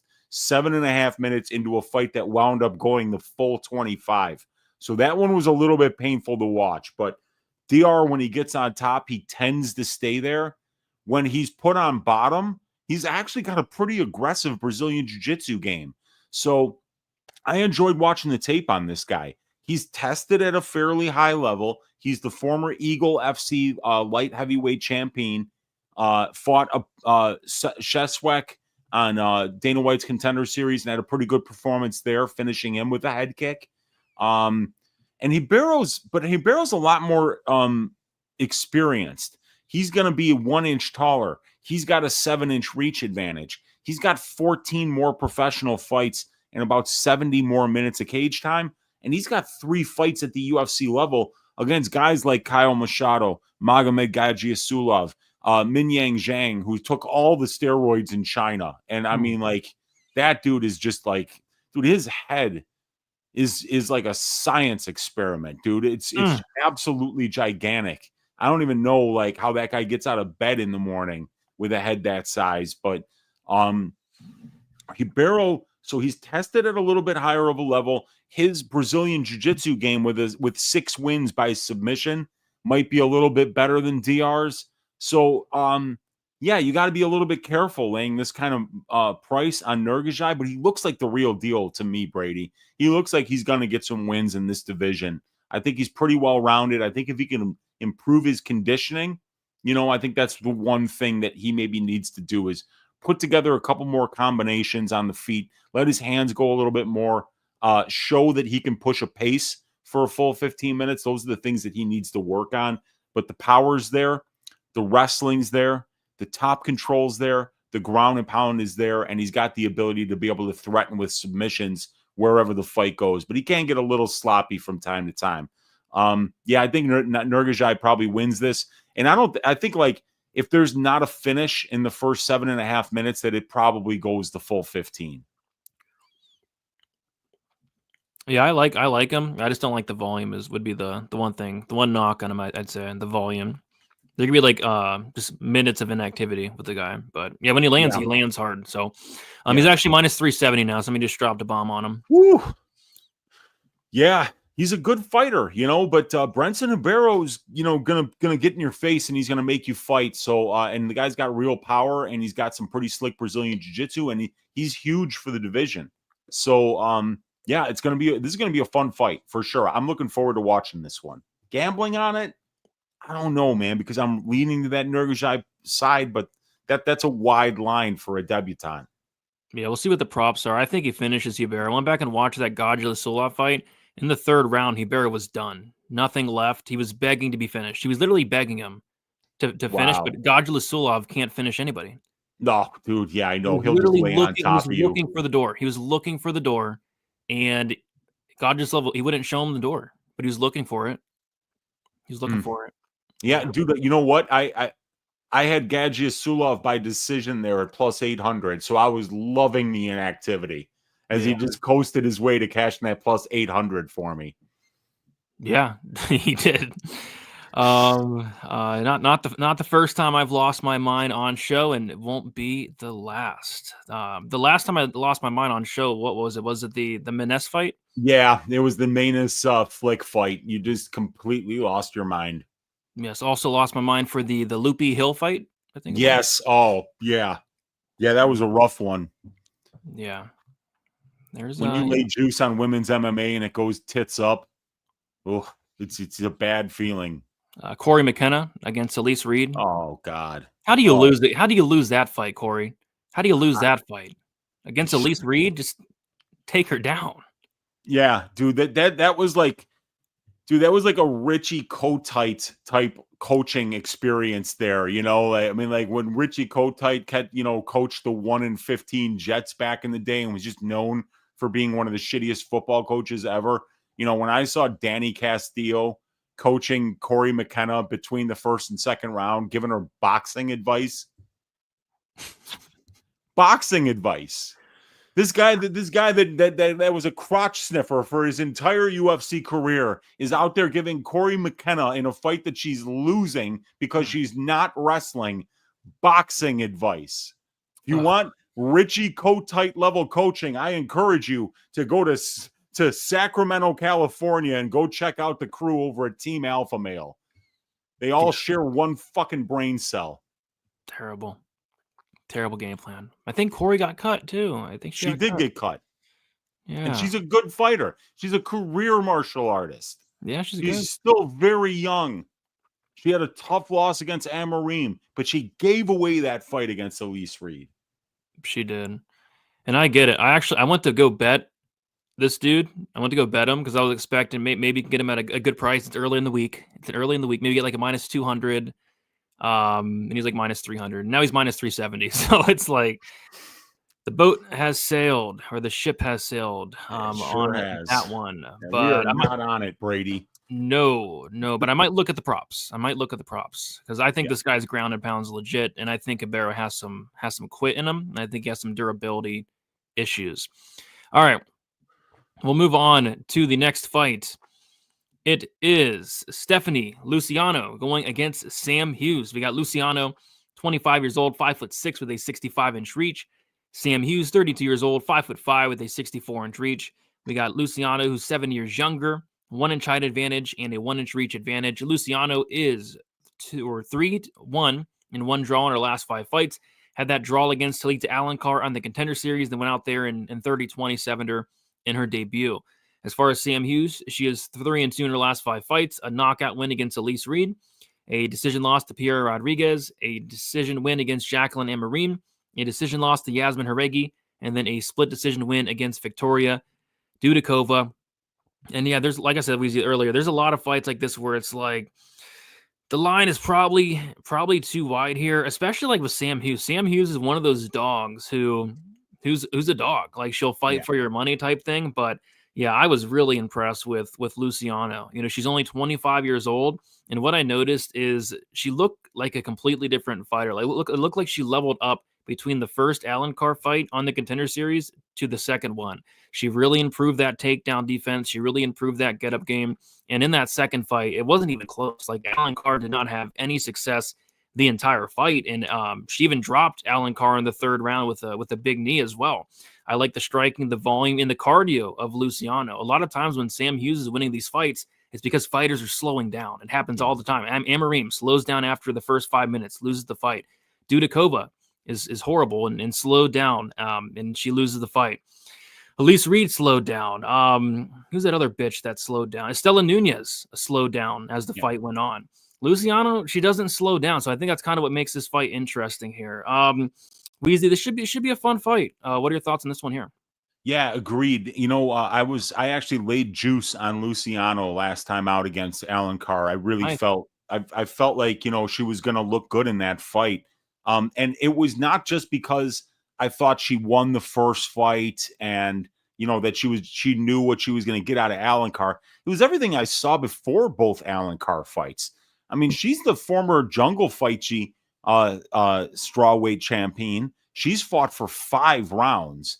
And dude, her conditioning looked so good in that 5-round fight. She was still pushing the pace in rounds 4 and 5 on her opponent.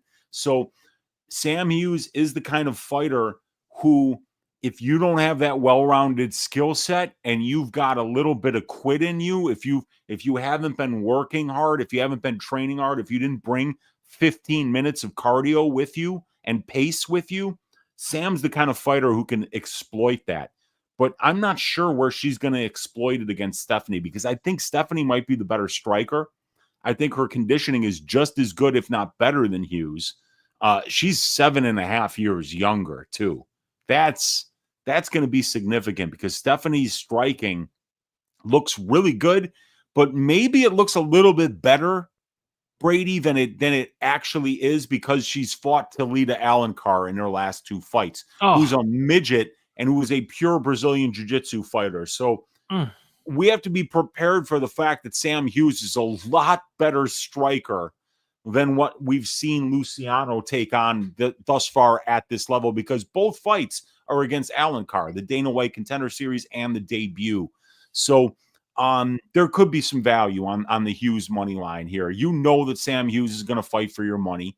Sam Hughes already has 9 UFC fights and over 2 hours in the UFC octagon against fighters who have combined records of 34 wins and 27 losses at the UFC level. So, yeah, this is going to be an interesting fight because Sam's not going to slow down. You know, and Sam can get takedowns as well as stuff takedowns. So it's going to come down to who's throwing more volume on the feet, who's more defensively responsible, who can push the pace longer. And I think it's going to be a close fight. You know, I mean, do you think Stephanie can have offensive grappling success in this fight?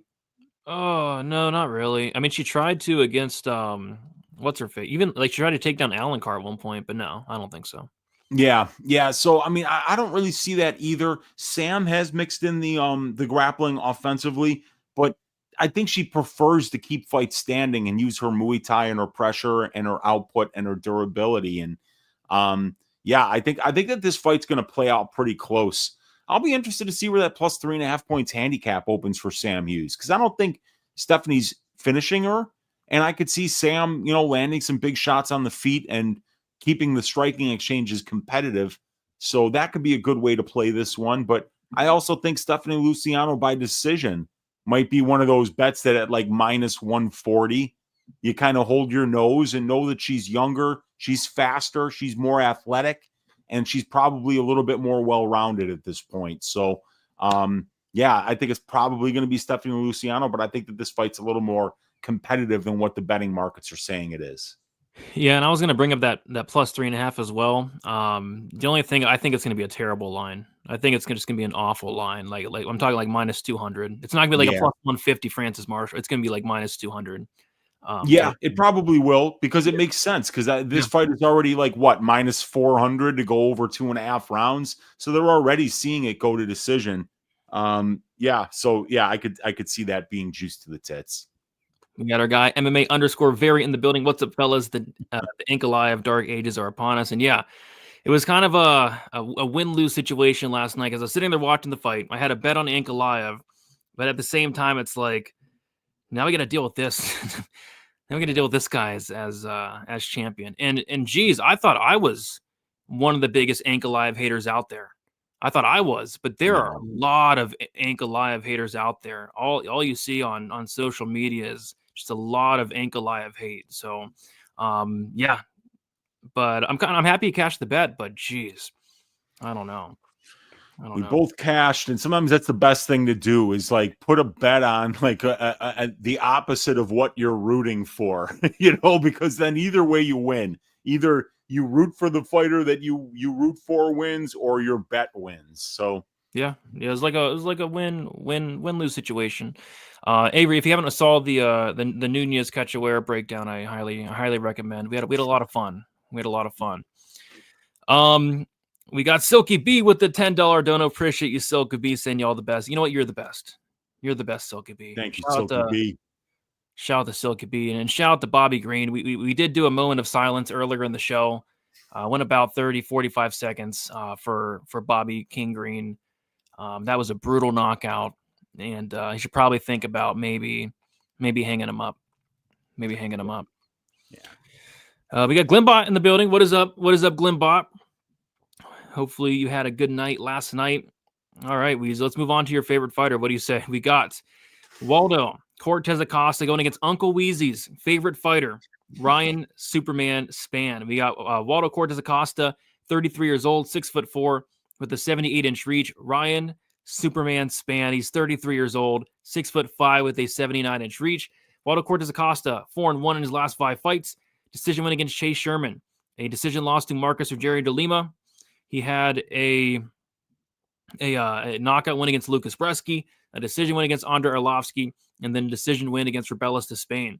As far as Ryan Spann, he is 2-3 in his last 5 fights, a knockout win against Dominic Reyes, a submission loss to Nikita Krylov, a decision loss to Anthony Smith, a knockout loss to Bogdan Guskov, and then a submission win against Ovens St. Preux. So I'm looking into this fight. I'm not a big fan of either guy. On one hand, Weezy, of Ryan Spann, who has the worst fight IQ in the division, in the UFC. I mean, this guy's fight IQ is awful. It's up there with Kevin Holland. I think between like Ryan Spann and Kevin Holland, I think between those two, like the worst fight IQ pound for pound in the UFC. And then I'm looking through Ryan Spann's career, and it's like this guy is just a round one merchant. I mean, if this guy's not winning in round one, he's looking awful. He's not winning the fight. His last 1, 2, 3, 4 wins. come in the first round. The last one that didn't come in the first round was against Sam Alvey, and like he arguably lost that fight. He arguably lost to Sam Alvey. I remember that fight. I think I had a bet on like Spann to finish because he should have. And I was just yelling at the TV, "What are you doing, Ryan Spann?" I think that's where it all started. My hatred for this guy. Yeah, but if the fight reaches the second round, he's done. It's like something's wrong with Ryan Spann. Now all of a sudden, he's deciding to come up to heavyweight. And with Waldo, like I'm not the biggest fan of Waldo either. Like I faded him against Marcos or Jerry DeLima, but at least with DeLima, this guy has decent cardio, or at least much better cardio than Spann. He has good fight IQ. The leg kicks in that fight were great. He mixed in some takedowns. That was great. See, I like DeLima in that matchup, but I'm looking at this fight and it's like, I mean, if like any fight, if Ryan Spann does not finish Waldo Cortez Acosta in the first 5 minutes, he's probably going to lose and look awful doing so. So, yeah, I think Waldo Cortez Acosta is the better striker. I think he's more defensively sound. I think he's much more durable. I think he has the much better cardio. I think he has the much better minute winning ability. The harder hitter, you probably give the power still to Spann, even though Spann's coming up a weight class, but it's like, that's about it. Fight IQ to Acosta, heart to Acosta, conditioning. I said that, but we can say it again because we need to see it again, right? Huge difference. I really like Waldo Cortez Acosta here. You only say heart twice because we got the difference in heart. It's bad, man. It's like Spann's round one or bust. So I like Acosta. I'm tempted to bet on this guy. He's at a playable. There's not a lot of playable lines, but he's at a playable line. So I'm interested to hear your thoughts on this one because, of course, Weezy, Ryan Spann is your favorite fighter. So take it away. Yeah. Because I love fighters that piss away their potential. It's the archetype of fighter that I love is the guy who never tries and pisses away God-given talent. Because they think they're God's gift to the sport. And yeah, that's kind of Spann. Like this guy lost minutes to Anthony Smith. Oh, right. He went 3 rounds with Anthony Smith. I mean, he's lost 2 fights to Smith. He got finished by Smith in round number 1. And then they rematched and they fought for 15 minutes. And I mean, while Smith got the decision, it was a very close fight. It easily could have went Spann's way, but dude, he can't win minutes against Anthony fucking Smith. Oh, right. I mean, dude, anybody could take down Anthony Smith. Anybody, right? Does Ryan Spann do it? No. While he's getting outboxed, he's so fucking lazy, Brady. He's so lazy. Yeah. Just low volume on the feet. Defensively irresponsible. There's no heart. The cardio is shit. The ability to win minutes is just not there. He's, like you said, he's a first round finish or he's going to lose. Like, he's got a phenomenal guillotine, but, he almost kind of needs his opponents to do something stupid so that he can actually snatch up that guillotine. And you know what? Waldo Cortez Acosta is not going to give him that chance. Waldo's just going to box with him. And Waldo's got a chin, and Waldo's got conditioning, and Waldo's got heart. So Waldo's not going to shoot any takedowns here. He had shot 0 takedowns before the Robelis to Spain fight. So there's no reason for him to offensively grapple here. And this is a tough matchup for Spann because Spann's going to do a lot better at heavyweight, in my opinion, than he will at 205, because there's still somewhat a little bit of athletic guys at 205, but at heavyweight, there's a complete lack of athleticism. And that's something that Spann's going to bring. He's got power. He's got that great guillotine. And he's got that natural God-given size and ability and strength. He's got real power in his hands. Ryan Spann, if he took the sport seriously, if he trained hard, if he worked on his conditioning, if he went and talked to somebody who could try to get him to show more heart when he fought, this guy could be champion.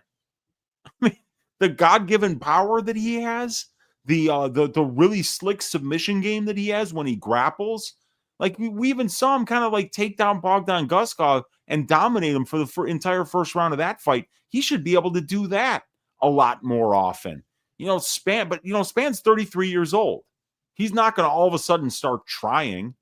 He's not going to all of a sudden start showing up to the gym and fucking training for fights. He's the same guy. He's the same lazy, fighter that is not going to go out there and give you his best effort every single time. He's going to every once in a while get lucky and finish a fighter in the first round. But that's not Acosta. He's not that guy. You don't go out there and get this guy out of there. So even Acosta was able to survive at distance for extended stretches with Robelis to Spain. So is Span going to knock him out? No, probably not, man. I think Waldo's going to win the minutes of this fight. And as the fight goes on, gets into that second, third round, I think he's got the potential to knock him out too. Mm-hmm. No, man, I like Waldo. Yeah, me too. Yeah, I like him. I'm tempted on the money line. It'd be so annoying though. -160-ish. What? He's a small favorite, right? Yeah, -160, -165, around there. Yeah, not bad. The over/under, of course, is set at 1.5. The over 1.5 is -170. Under 1.5 is +140. I think it's kind of correlated with the fighter. Like if Ryan Spann, if he's winning, it's under 1.5. If Waldo's winning, you would think it's over 1.5 type thing. Yeah, and you look at the names for Waldo. Despain, Arlovsky, Threski. De Lima's a finisher who hits really hard, but then Sherman, and I even forgot who the debut was against. He's not really out there against big finishers. But being able to go 3 rounds with De Lima, absorbing those ridiculous leg kicks that he was eating, shows that this guy, there's no quit in him. Yeah. That's true. Durability, heart. Those things go a long way in terms of winning fights. I went to Ryan Spann's Instagram to see what he's kind of looking like at heavyweight, Weezy. He hasn't posted in 12 weeks. Just hasn't posted anything.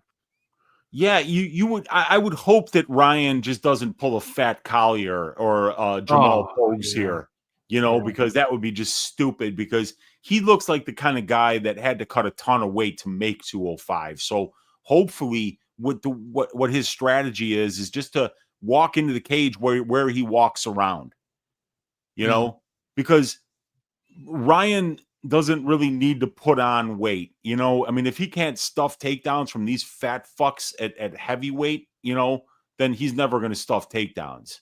So he should be using that athletic ability, that speed advantage, and that size advantage that he's going to have in this division. Yeah, no, I don't know. I would like to know some insight about what Ryan Spann's been up to. I'd like to know a little bit of insight. Like, is he even training for this fight? Like, I don't know. Yeah, he's probably playing Xbox and fucking chilling right now. Because isn't he the dude that said he didn't start training until the Reyes fight? Yeah. They asked him what he did differently, and he's like, I trained. Come on, man, that's your 8th UFC fight. What are you talking about? That this is when you're training? Yeah. Stop it, dude. You guys are insane. Span piping of the week. Get that money line down. I would love to bet Waldo Cortez Acosta -150. I think that'd be a solid line. And yeah, he could. He might as well just bet the Span round 1 though. Like that's what he does. And I could see it, man. The dude hits hard. I kind of want to see Span at weigh-ins though as well.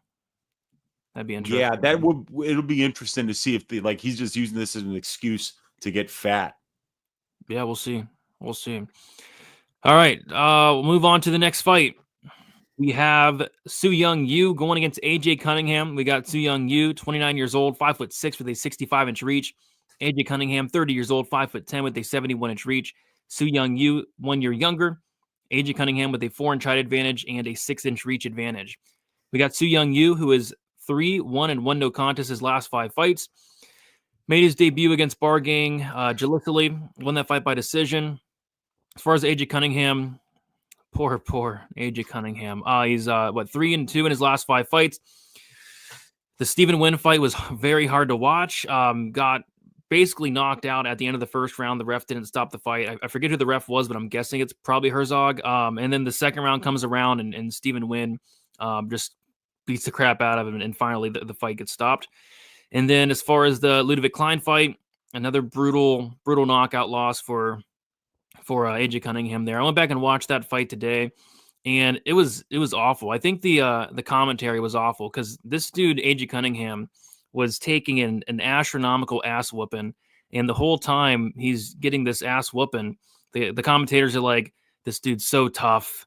He's been through so much. He's battled through so much adversity, which he has, but geez, I mean, he was getting lit up. It was really hard to watch. So I think the UFC is actually doing Cunningham a favor, right? Like Su Young Yu, he is the biggest favorite on the card. He's minus 700, but I think they're doing Cunningham a favor in terms of Su Young Yu isn't going to, take years off his life with punching him in the face, right? Stephen Wynn is a guy that could do that, Ludovic Klein especially, but Su Young Yu isn't a murderous power puncher. He's a grappler. The nickname is Jiu-Jitsu, and for a very good reason. He's very slick on the ground, and I like this guy. I think he's a solid prospect, and this guy can wrestle. He has good cardio, good jiu-jitsu, and he's able to go out there and complete multiple takedowns. Had a ton of takedowns on Road to UFC. Same thing in his debut there. See, I like Yu, and I think Yu wins. But he's minus 700 here, and I think a lot of that has to do with AJ Cunningham just not belonging, and quite frankly, I'm shocked they're giving Cunningham another shot here. I'm shocked they even gave him a shot against Ludovic Klein. Like, I'm not sure what Cunningham's good at. I've seen him taken down. I've seen him put in bad spots on the mat. I think Yu takes him down and controls him over the course of 15 minutes, or maybe even gets a finish along the way. So I like Su Young Yu here, but the line is it's wide. You're paying a hefty price tag for Yu in this one, but yeah, at least we don't have to see Cunningham just take more damage. I'm kind of happy about that. But yeah, Weezy, what are your thoughts on this fight? Yeah, minus 700 is stupid. It's just stupid, but this is what we get when we get these fight week replacements, right? If these matchmakers are signing 4 people every week off of Dana White's Contender Series for 10 straight weeks, and you got 40 fighters on the roster, why are none of these people ready to take a fight?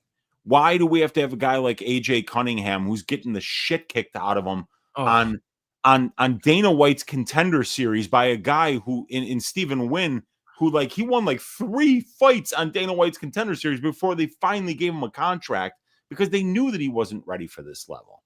And Ludovic Klein has an opponent drop out, and then they give him a fight week replacement. And he absolutely, that was like a snuff film, what he did to AJ Cunningham, and then now they got to give this guy another fight. And here we are. And you got a guy in Su Young Yu who's okay.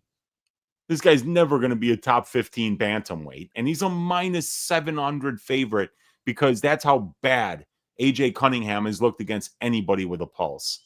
So this is just one of those fights. It's like AJ shouldn't be here. I think it's a great story that he's overcome what he's overcome, and he's an inspiration to people. And I hope that people who are going through really difficult things in their life, they can look at somebody like AJ Cunningham and say, hey, it's possible for me to make something out of myself, even though I wasn't dealt the best cards. But this guy, he's fighting in the UFC right now, and he's horribly overmatched. His skill set just isn't ready. Let's not even forget, Brady, this guy's cutting down to 135 for this fight. He fought at 155 against Klein. So now this guy's going to try to kill himself in a sauna to try to make weight. He probably won't even make weight because he's 5'10" with a 71-inch reach. It's a big ass bantamweight, So if you look at Cunningham in the Klein fight, he looked bigger than Klein. So it's like, how is this guy going to cut down to 135? And what is he doing here? What are we doing with this? How, Su Young Yu shouldn't be minus 700 over anybody in this promotion. So this is bad, dude. This is a fight as a gambler I'm probably going to have absolutely nothing to do with. I feel like I've said that on every fight. This is one of those cards, dude. Oh, God. All right, riddle me this. Okay. Riddle me this. I say as we make a parlay, Okay. a what could go wrong parlay. And I say we started off with Josias Musasa at minus 670. Absolutely. And Let's then I go. say we put Su Young Yu in there at minus 770. Yeah. Let's throw Carly Judice 0-2 Yes. between UFC and Contender Series, minus 460. That's at minus 172. And let's put the newcomer, Kevin Vallejos. He's good. Minus 590. That's 4 legs, comes out to minus 118. And then to throw one more leg in there to get plus money on the what can go wrong parlay. Should we put Nergoze in there? Another newcomer? Or Maybe we could put Damon Blackshear, who's Blackshear? mid, at minus 500. Yeah, I see minus 470. That comes out to plus 5 legs, plus 124. The what could go wrong parlay. Josias Musasa, minus 670. Su Young Yu, minus 770. Carly Judice, minus 460. Kevin Vallejos, minus 590. Damon Blackshear, minus 470. Comes out to plus 124. The what could go wrong parlay of the week. Now, just so you guys know, Brady's being a little bit dramatic because if you were to do that parlay on Bet Online, you're going to get the much, much better price of plus 130. Okay. For a 5-leg parlay with a bunch of bums. Who young you? Josias Musasa? You know, I mean, like, who? What is going on here? What are we doing? What happened to the UFC? What is going on this week? I don't know what's going on. I seriously don't. I seriously don't. Yeah, I want to see him on the weigh-ins. We'll see. I like it too. At least somebody does. At least somebody does. Not as bad as minus 800. Yeah, I mean you can get him at minus 700, which you're right is not as bad as minus 800. It's not as bad. Yes. Shout Colby Thickness. Yeah. Let's see. This night is horrible. It'll be fun. It'll be a fun time. Definitely skipping this card. Some totals. Under in the co-main, over in the main. Yeah, we'll talk about those. Oh boy. All right.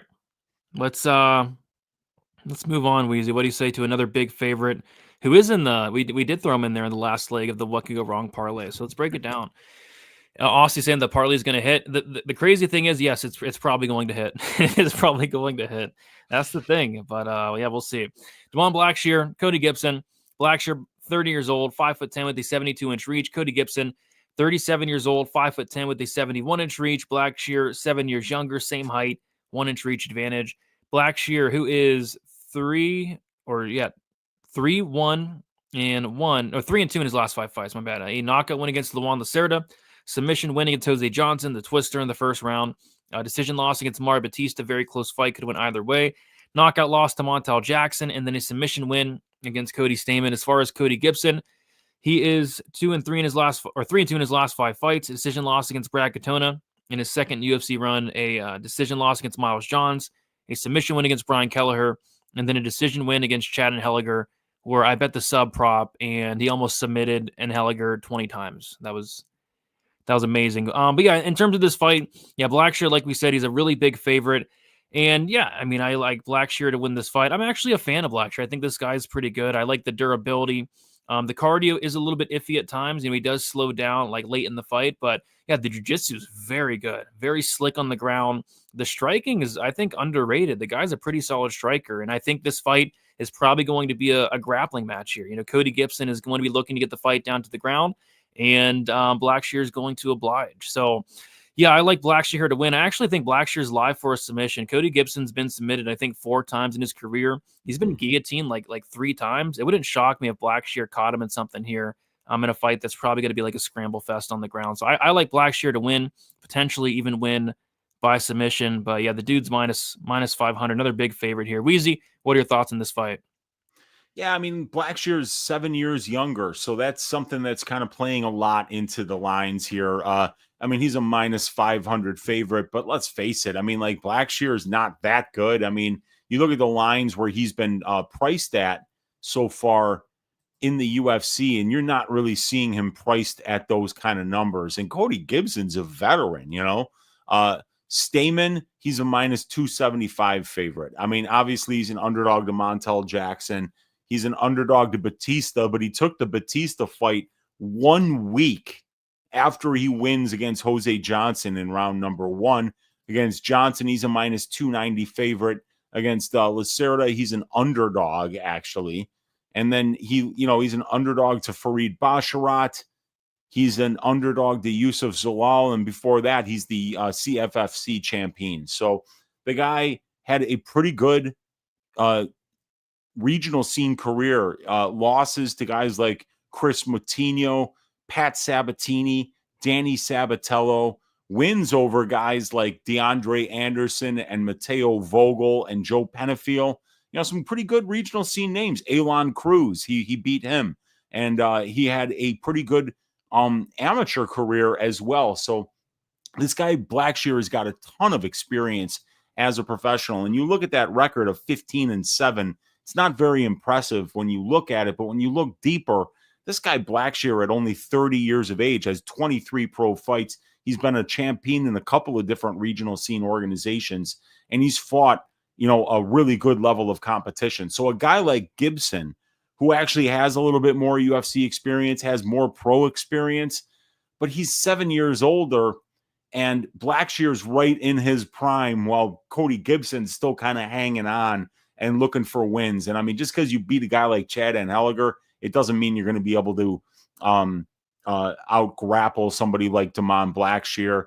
Blackshear's got just a tiny bit of size on him, a lot of youth on him, and definitely that 10-0 record to the submission for Blackshear is really good to look at when you see a guy like Gibson who's 5-4 to the submission. So you know that when this fight goes to the ground, that Cody Gibson is a guy who's going to be susceptible to being put in bad spots and potentially finish with the submission.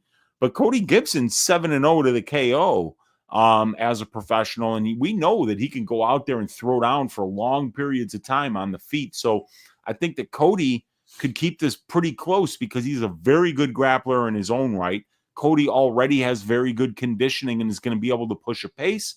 And if you're not dominating him on the ground, I don't think he's that much better than Blackshear than Cody Gibson at distance striking range. So it's another situation where, I lean Blackshear, but minus 500 is just stupid. Yeah, I feel like we said that about pretty much every fight tonight.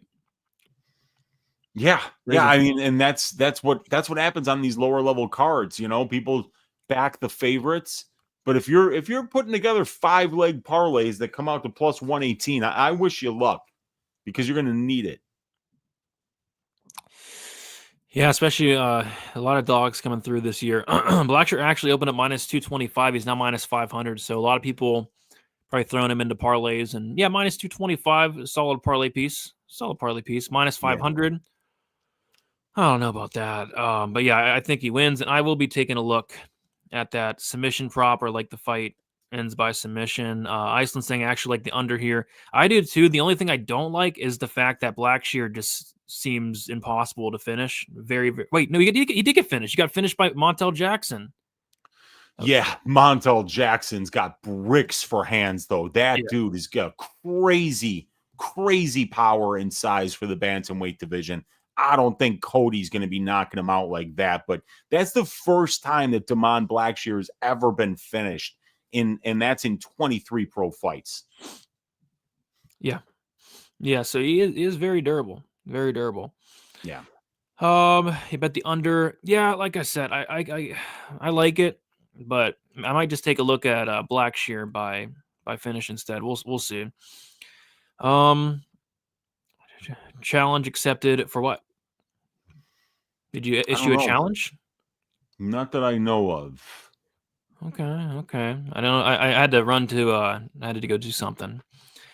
So I missed the potential challenge, but no challenge was issued, I suppose. All right, let's move on to the next fight. It is Alexander Hernandez going against Kurt Holobaugh. We got Alexander Hernandez, 32 years old, 5'9", with a 72-inch reach.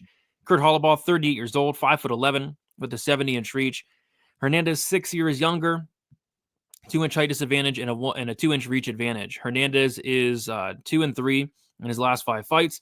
Knockout loss to Billy Q, decision win against Jim Miller, decision loss to Bill Algeo, decision loss to Damon Jackson, and then a decision win against Austin Hubbard. As far as Kurt Hollabaugh, he is 2-3 in his last 5 fights. Submission loss to Shane Burgos, decision loss to Thiago Moises, submission win against Austin Hubbard, decision loss against Trey Ogden, and then a decision win against Kanan Krzyzewski. So, yeah, this fight is going to be at lightweight, right? Yes. Lightweight fight. And I think that's important because you look at Alexander Hernandez, he tried to do the whole, go down to featherweight thing. Damon Jackson lost at featherweight. Bill Algeo lost at featherweight. Billy Q lost at featherweight. Moicano lost. That was at lightweight, right? That fight was at lightweight, yes. Okay, so he went to featherweight for 3 fights, went 0-3. 0-3. But he was able to beat Austin Hubbard at lightweight, was able to beat Jim Miller at lightweight, and also beat Mike Breeden at lightweight as well. So if this is his weight class, I didn't get that whole come down to featherweight because for one, his cardio is already questionable. Cutting just that much weight probably makes it even worse. And he just didn't look that great. But yeah, I thought he cleanly beat Austin Hubbard. I had the Austin Hubbard plus 3.5. I was shocked to see a judge scored the fight for Austin Hubbard. I thought Alexander cleanly won that fight. But yeah, he looked good there, and he looked good in the Jim Miller fight as well. Hernandez is a guy I just don't ever bet on. He's kind of on that don't bet list. The cardio, I've questioned the heart in the past as well. And yeah, Kurt Hollabaugh, I think he's somewhat of a live dog, but I don't know. I think it's kind of a tough matchup for him in a sense that on the feet, Hernandez should absolutely be the better striker. And I think Hernandez probably has the takedown defense to keep it standing. I think if anything, like Hernandez can take down Kurt Hollabaugh, who has just god-awful takedown defense. But what worries me and is why I'm not betting Hernandez and why I never will is that cardio, dude. Like as the fight goes on, he does slow down. He did look good against Jim Miller, like late-ish in the fight, but there's been times where he just looks awful. Like Damon Jackson, 3rd round, looked awful. Billy Q in the 2nd round looked awful. Hanato Moicano in the 2nd round just looked awful, just looked gassed out. Drew Dober broke this guy in the 2nd round. So I don't know, man. I feel like Hernandez should win this fight, but I feel like I've said that a lot. So I don't know. I don't trust this dude. What are your thoughts on this fight? I don't trust Hernandez either, man. Like we haven't seen the power from him in a long time. And without power, what does he have? I mean, like 0.9 takedowns per 15 minutes. You like that? A negative 0.1 distance striking differential with 38% accuracy. That's not good. Do you like somebody that's getting walked down by Thiago Moises on the feet and outstruck by Thiago Moises? Oh, a guy who was losing a striking match against Trey Ogden. I don't like that, man. I don't see a lot of reasons to back Hernandez right now. He seems to lack confidence. He seems to lack the ability to be able to consistently win minutes. And with Hollabaugh is the kind of guy who just doesn't fuck off, Brady. I mean, this guy's got 30 professional fights. He's 21-8. He's only been finished twice as a professional. And he just keeps coming forward. There's a ton of offense and pressure on the feet. There's a ton of submission attempts from top and bottom position when his fights go to the ground. I think he's got a lot more heart than Alexander Hernandez. I think he's the better finisher right now than Alexander Hernandez. And I think Kurt Hollabaugh is going to fight this dude. I think he's going in there to fight. And I think Alexander Hernandez is going in there to point fight. And I think fucking Hollabaugh might break him. Hey, it wouldn't be the most shocking thing to see Hernandez broken, right? No, man. Like look, Hollabaugh has finished 17 of his 21 pro wins, Brady. 10-1 to the submission, 7-1 to the KO. He's been to decision 10 times, and he's 4-6 to the decision. So he's definitely not a good minute winner. But Alexander Hernandez is 7-4 to the decision. He's 4-3 to the decision at the UFC level. But like he's going to split with Austin Hubbard. Oh, he had a very close fight with Jim Miller. That was a unanimous decision, but you could find ways to give Miller 2 of those 3 rounds.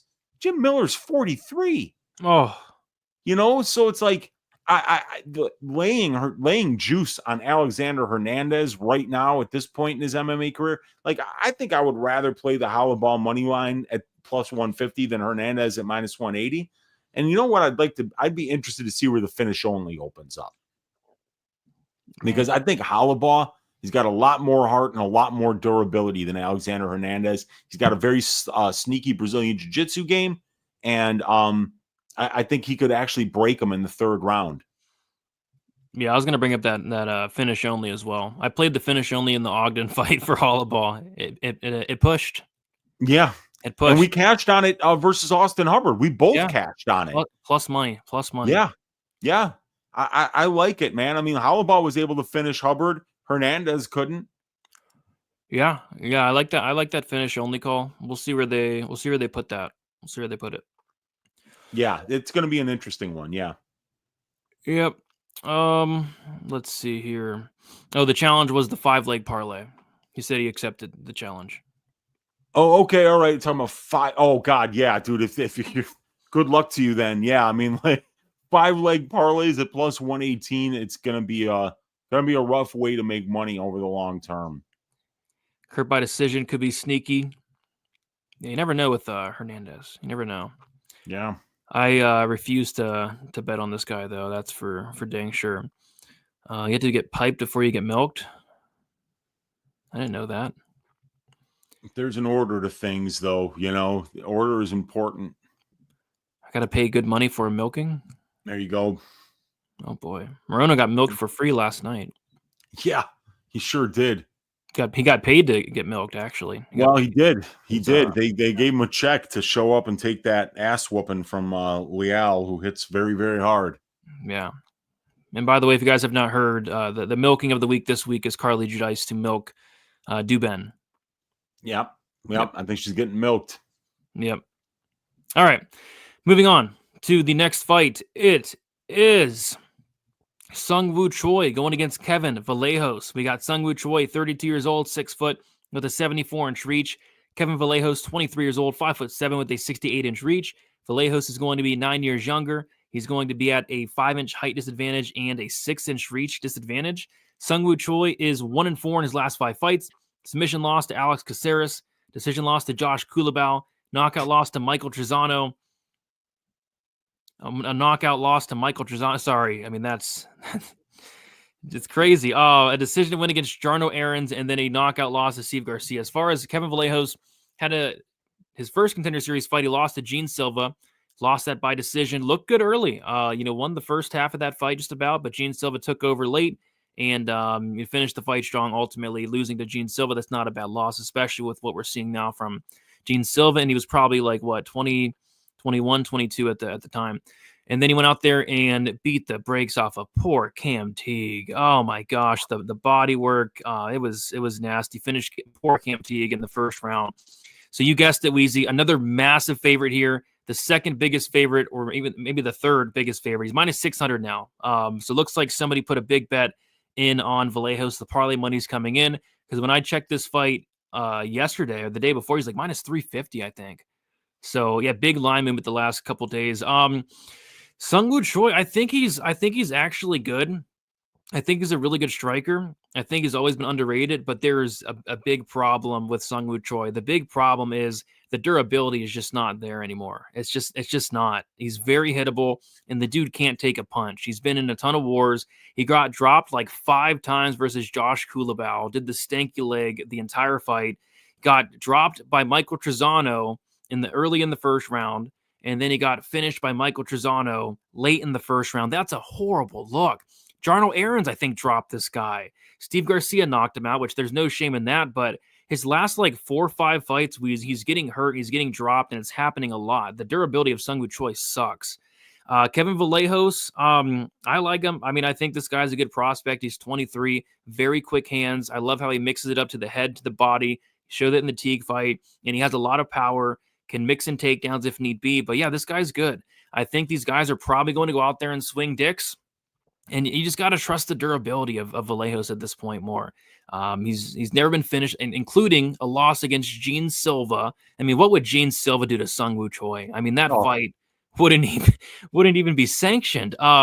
See, I think these guys are going to swing dicks. I think this has potential to be fight of the night, but I ultimately think at some point the diminishing chin of Sungwoo Choi is going to show itself, and I think Vallejos knocks him out. Could be in any round, but I think Vallejos pipes up Choi in this fight at some point. Weezy, what are your thoughts on this fight?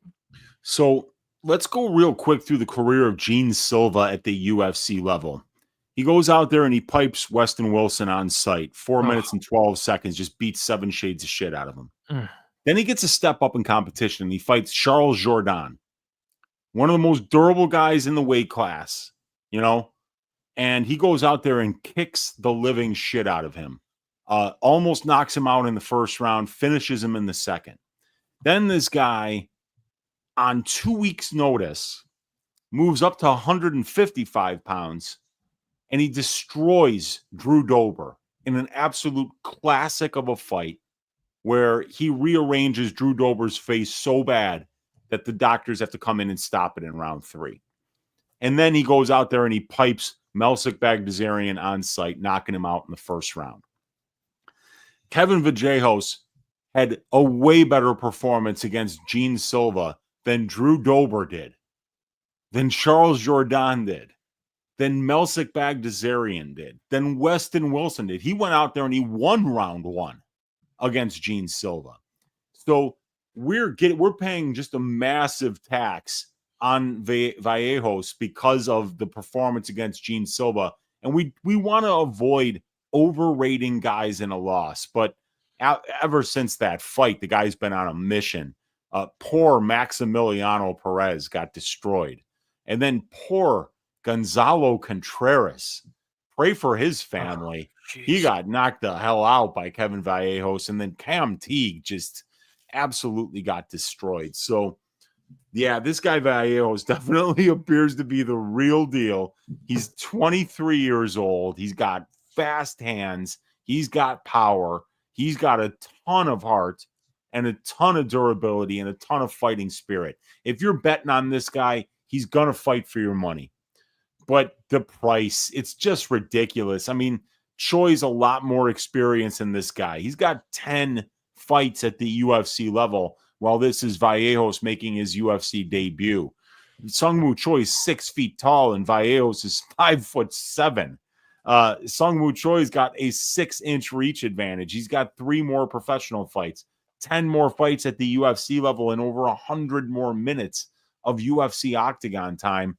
And let's face it, it's a striker versus striker matchup. You know, I mean, Sungwoo Choi is a high-level Muay Thai kickboxer, and Kevin Vallejos is a high-level kickboxer. So, yeah, I think that, you know, there could be a little bit of value on this Choi side if he doesn't get knocked out. But the problem is, man, 10 UFC fights, he's been knocked down 6 times, Brady. And I think it's even more like they didn't count some of those knockdowns in the Kulabov fight. He got knocked down like a lot. Yeah, dude, and he's showing 54% distance striking defense. He's been knocked down 6 times, and he's been finished in 4 of his 6 UFC losses. So, and I think one of the guys that didn't finish him was Movsar Evloev, who can't even finish a banana. Yeah. So anybody with a pulse that's beating Sungwoo Choi is finishing him. So it's... yeah, man, it's Kulabov, who was the only one who didn't finish him besides Evloev. And like you said, he came so close so many different times there. So, yeah, you got to believe it's going to be Kevin Vallejos here, probably by knockout. But if he doesn't knock him out, Choi should be able to win some minutes on the feet, might be able to maintain distance with his kicks. He might make this really close, dude. If he had a chin, I would say so. Yeah, but he just doesn't. He just doesn't have a chin. And Vallejos definitely does. If you're going 3 rounds with Gene Silva, you've got a chin on you. And like Choi will do the whole like stand and bang type thing. Like he'll throw defense out of the way. He's done that in the Kulabov fight. Garcia. He did it in the Garcia fight and got knocked out. He will stand and these guys are gonna stand and bang. The what? the Trezano fight. They knocked each other down. There was a simultaneous knockdown in the first round of that fight before he got finished. I mean, this guy is ready to go in there and trust his chin, and he shouldn't be. He should be out there trying to win minutes and maintain range and use his kicks. But we'll see. We'll see if he adjusts. He's 32 years old. He's lost 4 of his last 5 fights. Yeah, they're going to go chin for chin, right? I think, and I think Vallejo wins that. But yeah, the line has got blown out as most. It's Sunday, right? Like, geez, these lines are already this blown out. It's like there's still like 6 days to the fights. Dude, if we were smart, we'd be telling him, you got to get in there at -500 before he goes to -800. Because that's probably where he's going, actually. Yeah. Some of these lines, man, they're getting piped. The lines are getting piped. Sting is getting stung. This is, it could be a potential piping spot. We'll talk about towards the end here. On-site piping potentially. Yeah. Vallejo's KO probably gonna open -160. If we're lucky, we're getting -160. Yeah, it's gonna be like -160. Best price maybe. Let's see here. No more piping for tonight. We'll talk about the piping a little bit. All right. I say we move on to the next fight. Is this the co-main event yet? Yes, it is. Cool. We got Chidi Njokuani going against Elizeu Zaleski dos Santos. We got Chidi, 36 years old, 6'3" with an 80-inch reach. Elizeu Zaleski Santos, 38 years old, 5'11" with a 73-inch reach. Chidi, 2 years younger. Chidi's going to have a 4-inch height advantage and a 7-inch reach advantage. Chidi Njokuani is 2-3 in his last 5 fights. A knockout loss to Gregory Rodriguez, a decision loss to Albert Duraev, a knockout loss to Mikhail Olazechuk, decision win against Reese McKee, and then a decision win against Jared Gooden. As far as Zaleski dos Santos, he is 3-1-1 draw in his last 5 fights.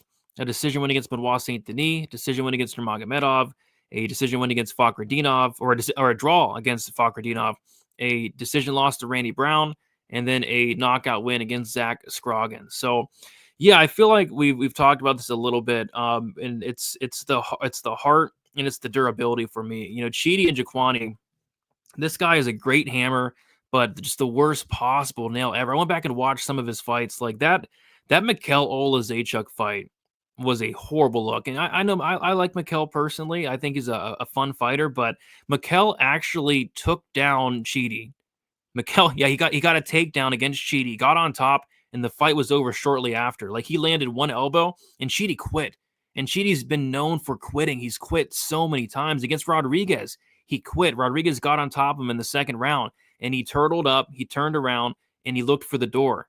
When the going gets tough, Chidi wants out of the fight. And the same can't be said for Dos Santos. I mean, this guy is 38 years old, but he's not that much older than Chidi. Chidi's taken a ton of damage throughout his career. I think this is a Zaleski spot. I mean, Chidi, he's very dangerous. But Dos Santos has only been knocked out once. So yeah, I think with the durability, the heart, the cardio, I think I like Zaleski dos Santos here. And if we get Zaleski dos Santos that fought Benoit Saint Denis, he's gonna destroy Chidi. If we get the Zaleski dos Santos that fought even Randy Brown, you know, if he gets on top at Chidi, I think the fight's over shortly after. Just because anytime Chidi ends up on bottom, I know he's a black belt, but he quits, dude. So I like Zaleski dos Santos here. What is he like? -175. I also like Violence, which, yeah, they have the over-under set at 1.5, which makes sense, but I like the fight doesn't go to decision. I think we got a violent fight on our hands. Chidi Njokuani, the classic case of great hammer, but just a god-awful nail. Weezy, what are your thoughts on this co-main event? Should be a fun one. Yeah. You know, I actually think Chidi's probably the better striker here. You know, he's 4 inches taller. He's got a 7-inch reach advantage, and he does a great job of using his kicks, you know, a little bit more functional kicks than like the wild capoeira kicks that we see from Elizeu Zaleski dos Santos. But obviously, that conditioning, that heart, that durability, that dog advantage definitely goes to Zaleski here. But, you know, with Chidi, you're getting the younger guy, you're getting the taller guy, you're getting the longer guy, you're getting the guy with just as much pro experience, better, you know, UFC striking metrics. He's a lot more accurate, a little more defensively responsible. And Elizeu Zaleski has got 2 knockdowns, but he's absorbed 6 at the UFC level. I don't like that. because he's at a size disadvantage here, because I think Chidi is the better striker. I really like Chidi in the clinch. I think that's one place where he can actually really excel here. So I'm actually thinking that with Elizeu Zaleski, who's done very little grappling at the UFC level, 0.7 takedowns per 15 minutes, 21% takedown accuracy. Pretty good efficiency numbers, actually, but still, I don't look for him to win minutes or moments here in the grappling unless he really hurts Chidi on the feet. And I don't think he's going to hurt Chidi on the feet. So I think Chidi actually might be a decent underdog this week. Oh, I do. But, let's face it, all the favorites are overpriced. I mean, it's not like we're going to find any value on the favorite side this week. And, you're getting the younger guy, the taller guy, the longer guy, all that bullshit, and I think he is the better technical striker. But that if Chidi gets clipped, that it's probably over. That Elizeu's going to show him the door if that happens. So that's something, whenever you're taking an underdog, Brady, there's usually a reason why you're getting them at plus money. And that's why you're getting Chidi at plus money here, is because I think people know that if it gets into the deep water, that it's probably Chidi that's going to drown first. yeah. As long as there's no adversity, I think he could be fun. But that Dariya fight, though, I don't know what happened there. I still don't know what happened there. Yeah, you got two of the biggest quitters in the sport, and neither one of them would quit. And yeah, I was expecting Chidi to actually just destroy Duraev. And I thought he probably won that fight, but there was no urgency that was shown there. But I think he was slowed down by Duraev's wrestling, or at least the wrestling threat you're going to see from Duraev. Yeah, we'll see. I'm interested to see what the props are for this one. I love violence here, because I think if Chidi is winning the fight, maybe he does finish 38-year-old Dos Santos. And like I said, how many times has Chidi been finished? It's got to be more than 8 times, Brady. He's lost 10 times as a pro, and he's been finished 8 of those 10 losses. That's more than Austin Lane finished losses. Yeah, Lane's been finished, I think, 6 times. Yeah, 6 or 7. Yeah. Yeah. So yeah, I like some violence here. Don't like the under 1.5 though. I would like that extra round. I think that'd be nice there. I love violence in Chidi fights. I bet violence even in the Reese McKee fight, in the Dariya fight. But I've also bet in the Mikel fight. I've bet it in the Rodriguez. I think I've bet violence in like every single one of his fights outside of the Gooden fight. He's just a violent guy. And against Gooden, I had Chidi by decision at something like plus 320 and cashed that for a full unit. So I loved it. Yeah, he looked great against Jared Gooden his last time out. What do you guys liking in this fight here? Let's see here. I guess that's what you gotta do for this card, man. Get in weeks early. Get into weeks early. Let's see. I do think the move down in weight has actually benefited Chidi. Yeah, he's looked decent. Cardio is looking better. Seen Chidi quit before as well. All right. It is now time for the main event. We have 490 of you guys watching, which is crazy. It's late, very late, and this card isn't that great. But yeah, almost 500. If you guys could like the video, subscribe. We go live every Sunday, 10:15 p.m. Eastern time, and we are never a second late. We're always on time. That's kind of what we're known for. But yeah, we got the main event. We have Marvin Vettori, Roman Dolidze 2. Roman Dolidze, of course, a friend of the show. He watches the show. He's a big fan of it, and he's taking on Marvin Vettori here. Marvin Vettori is 31 years old, 6 foot with a 74-inch reach. Roman Dolidze, 36 years old, 6'2" with a 76-inch reach. Vettori, 5 years younger. 2-inch height advantage for Vettori, or for Dolidze, and a 2-inch height advantage for Dolidze as well. Vettori is 2-3 in his last 5 fights. Decision loss for Adesanya. Against Adesanya, a decision win against Paulo Costa. Decision loss against Robert Whittaker. Decision win against Roman Dolidze. And then a decision loss to Jared Cannonier. As far as Roman Dolidze, he is 3-2 in his last 5 fights. Knockout win against Jack Hermanson. Decision loss against Marvin Vettori. A decision loss against Nazareth Imavov.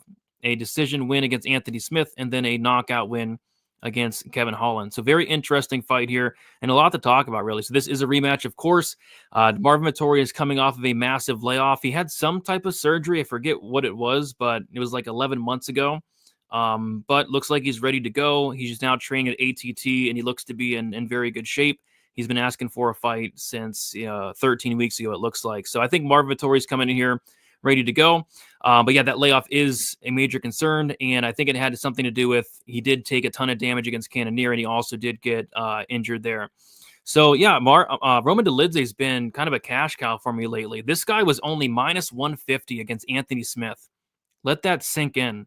Minus 150 against Anthony Smith. So I was able to cash on that. And then believe it or not, he was an underdog to Kevin Holland. So cashed him at like plus 150 against Kevin Holland.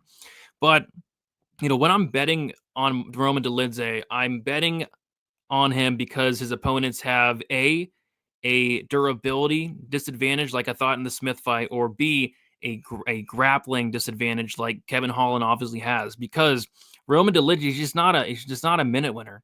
He's very low volume. He gets outlanded in pretty much every single fight. When he's winning fights, he's typically winning them inside the distance, whether it's by knockout, has a ton of power, or whether it's by submission. This guy has a legit submission game. So I'm kind of seeing this fight as kind of like the first fight in a way, like minute winner versus moment winner type fight. Marvin Vettori is going to outland Roman Dolidze 2-1, maybe even 3-1. The significant strikes will not be close, but Roman Dolidze will be landing big shots. He'll be having the bigger moments. But this fight's 5 rounds, and I think that's very important because Marvin Vettori has a good style for 5 rounds. This guy is very durable. Nobody is ever finishing Marvin Vettori. The cardio is very good, whereas with Dolidze's slowing down in like the second round of fights. So I think early on it's going to be very, very competitive. I think it's going to look like a lot like the first fight, in the early going. But when the fight hits that 3rd, 4th, and 5th round, I think that's where we're going to see Dolidze kind of show some poor body language in there, which the refs do not, or the judges do not like. I think Vettori's going to start landing more volume, and I think Vettori wins a decision. I have a very strong opinion in terms of this fight is going to decision. I'm just not sure what a finish looks like. I'm not sure what either of these guys gets finished look like. The over-under set at 4.5. The over's been smashed. It opened up minus 175. It's now minus 215. So, yeah, I think this fight's going to decision, and I think it's going to come into the hands of the crooked, corrupt judges. Do they favor the damage of Marvin Vettori? Do they favor the volume or the damage of Dolidze? Do they favor the volume of Marvin Vettori? I think it might come down to who's betting on who. Like if there's a ton of money coming in on Dolidze, I think we could see the judges give it to Marvin Vettori and vice versa, right? Like in that Francis Marshall fight, Weezy, I saw somebody make a post saying like the books had a huge liability on Francis Marshall. Like if Francis Marshall won the fight, they could be in trouble. I think it might come down to that, some crookedness coming in. But yeah, I like Vettori here. I think he wins this fight by decision, just doing more. Weezy, what are your thoughts on this fight here? You know how we all often say that CLV is a curse? Yes. It's a curse for a reason. Like if you bet on somebody at minus 150 and then they go to minus 250 and then it winds up being a close decision, you're going to lose that decision because Vegas's liability is on the fighter you bet on. So Vegas needs the other guy to win. And those judges, you always wonder, why don't they get fired for the shitty decisions that they make? Like why would you ever give those judges who gave Francis Marshall 2 rounds, who gave Marshall's opponent 2 rounds, why would you ever let them judge an MMA fight again? Well, the bottom line is those guys are going to be back. Who was that, by the way? Chris Lee. Chris Lee was one of them? And then some other bum. Let's look here. So David Lethaby and Chris Lee. You're going to see Chris Lee at the next event. You're going to see David Lethaby at the next event. There's going to be no punishment for them for coming up with a scorecard that is mathematically impossible. So when you have the CLV on your side and it's a money line bet and it's going to go to decision, be careful, because somebody might be trying to, invade your butthole and, it's not night. Yeah, nighty night. Exactly. So, yeah, I agree with you that Vettori should be the better minute winner here, right? He's had pretty good takedown defense. The guy has been able to keep fights standing. His fights stay standing 72% of the time. and he wins 76% of the control time positions in his fights. So Marvin's done a pretty good job of finding some takedowns when it's to his advantage, and stuffing takedowns when he's up against somebody that might be the better grappler than him. I favor Vettori's durability, even though I don't think he's necessarily more durable than Dolidze. These are two of the most durable guys in the organization. So I love the overs here. Yeah. I mean, it would be shocking to see. Marvin must be new here. Yeah, he's probably pretty new. Yeah, which is fine. We welcome newcomers. Yeah, welcome to the show, brother. Yes. But yeah, I don't see anybody finishing Vettori. I don't see anybody finishing Dolidze. So I think that this one's just going to, I mean, I would be shocked to see one of these guys lying on the ground finished. Maybe a Roman Dolidze submission. I think that's the only way one of these guys are getting finished. Did you hear what Dolidze said about the Imavov fight? What? He got knocked out in the first round. He doesn't remember anything after that. He fought on fucking autopilot against Imavov for 4 full rounds. Doesn't remember any of it. I mean, you want to talk about crazy durability? When you don't remember 20 minutes in the UFC octagon and you don't get knocked out and you're fighting Nasruddin Imavov, it just goes to show you the will, the heart that both of these guys have. So one of the biggest locks of the week might be the over this week. Over 4.5 rounds at -180. You got to lay some juice there, but I mean, in order for that not to cash, either Vettori or Dolidze has to get finished. And it's just hard. It's really hard to see. Yeah, that over is already -215. It's going to keep getting wider, I think. Yeah. But yeah, should be a fun man. It should be a fun card. Yeah. Yeah, maybe not fun to bet on. Maybe not fun to lay, -650 because you think Josias Musasa is going to win, but there's going to be some fun fights on this card for sure. Yep. All right. We did it. We went through all 13 fights. Fun show. Now we got to do a couple things before we head out of here. What we're going to do first is we're going to bring up the Stat Diggers milk of the week. Obviously, Carly Judice to milk Duben. The on-site piping of the week, Wheezy. On-site piping of the week. There's some solid candidates, right? Like we have Kevin Vallejos. He's -600 against Sungwoo Choi. Damon Blackshear, -500 against Cody Gibson. Su Young Yu, -700 against poor AJ Cunningham, who's been piped by Ludovic Klein and what's his face? Musasa, -650 against Carlos Vera. He could potentially pipe Carlos Vera. Waldo Cortez Acosta, -170. Nergoze, -330. Luciano, no. Lima, no. Nunez, no. And Judice is already the milk of the week. So for me, it comes down, I think for two guys for me, I'm interested to hear who you have, but the two for me would be, I think Nergoze is a decent look. I think he could potentially pipe Ribeiro. Yeah. And then I also think Vallejos could potentially pipe Sungwoo Choi. I think they're going to swing dicks. I think they're going to go chin for chin. And this Vallejos, he has a chin on him. So I think those would be my two. Is there any other one that you think could potentially pipe the other fighter on site? I could see Waldo Cortez Acosta breaking Span in half, in the second half of this fight potentially. But he's not a guy that brings a ton of pressure or a ton of aggression. So I would say, dude, I think Nergajai probably gets the job done here. I wouldn't want to lay -330. I wouldn't want to lay -330 on the money line, though.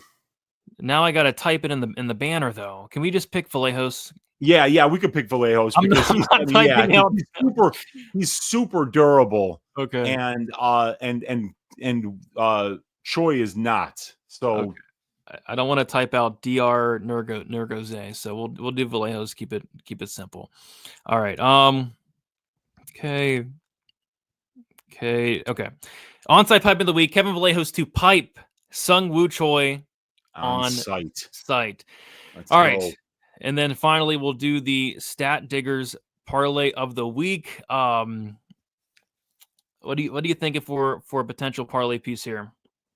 I'm thinking the over in the Vettori Dolidze fight while it's still somewhat bettable. Yeah, I like that. Let's throw that in there. I like that. All right. And then I mean, I think the Waldo Cortez Acosta money line at -170 isn't bad. Yeah. What else? There's not many options. Oh man. Yeah, Hmm. I don't mind Waldo Cortez Acosta because the price is right. Mm-hmm. I mean, Carly Judice, I mean, it's hard to picture her losing the fight to Yeah. Dubin. She's gonna milk her. Mm-hmm. But there's just not, I mean, like, what do we it's -405. I mean, like, that doesn't even get us to plus money. Mm-mm. If we were to do Waldo Cortez Acosta Mm-hmm. and the over 4.5 for Delidze and Vittori, that would get us to plus 133.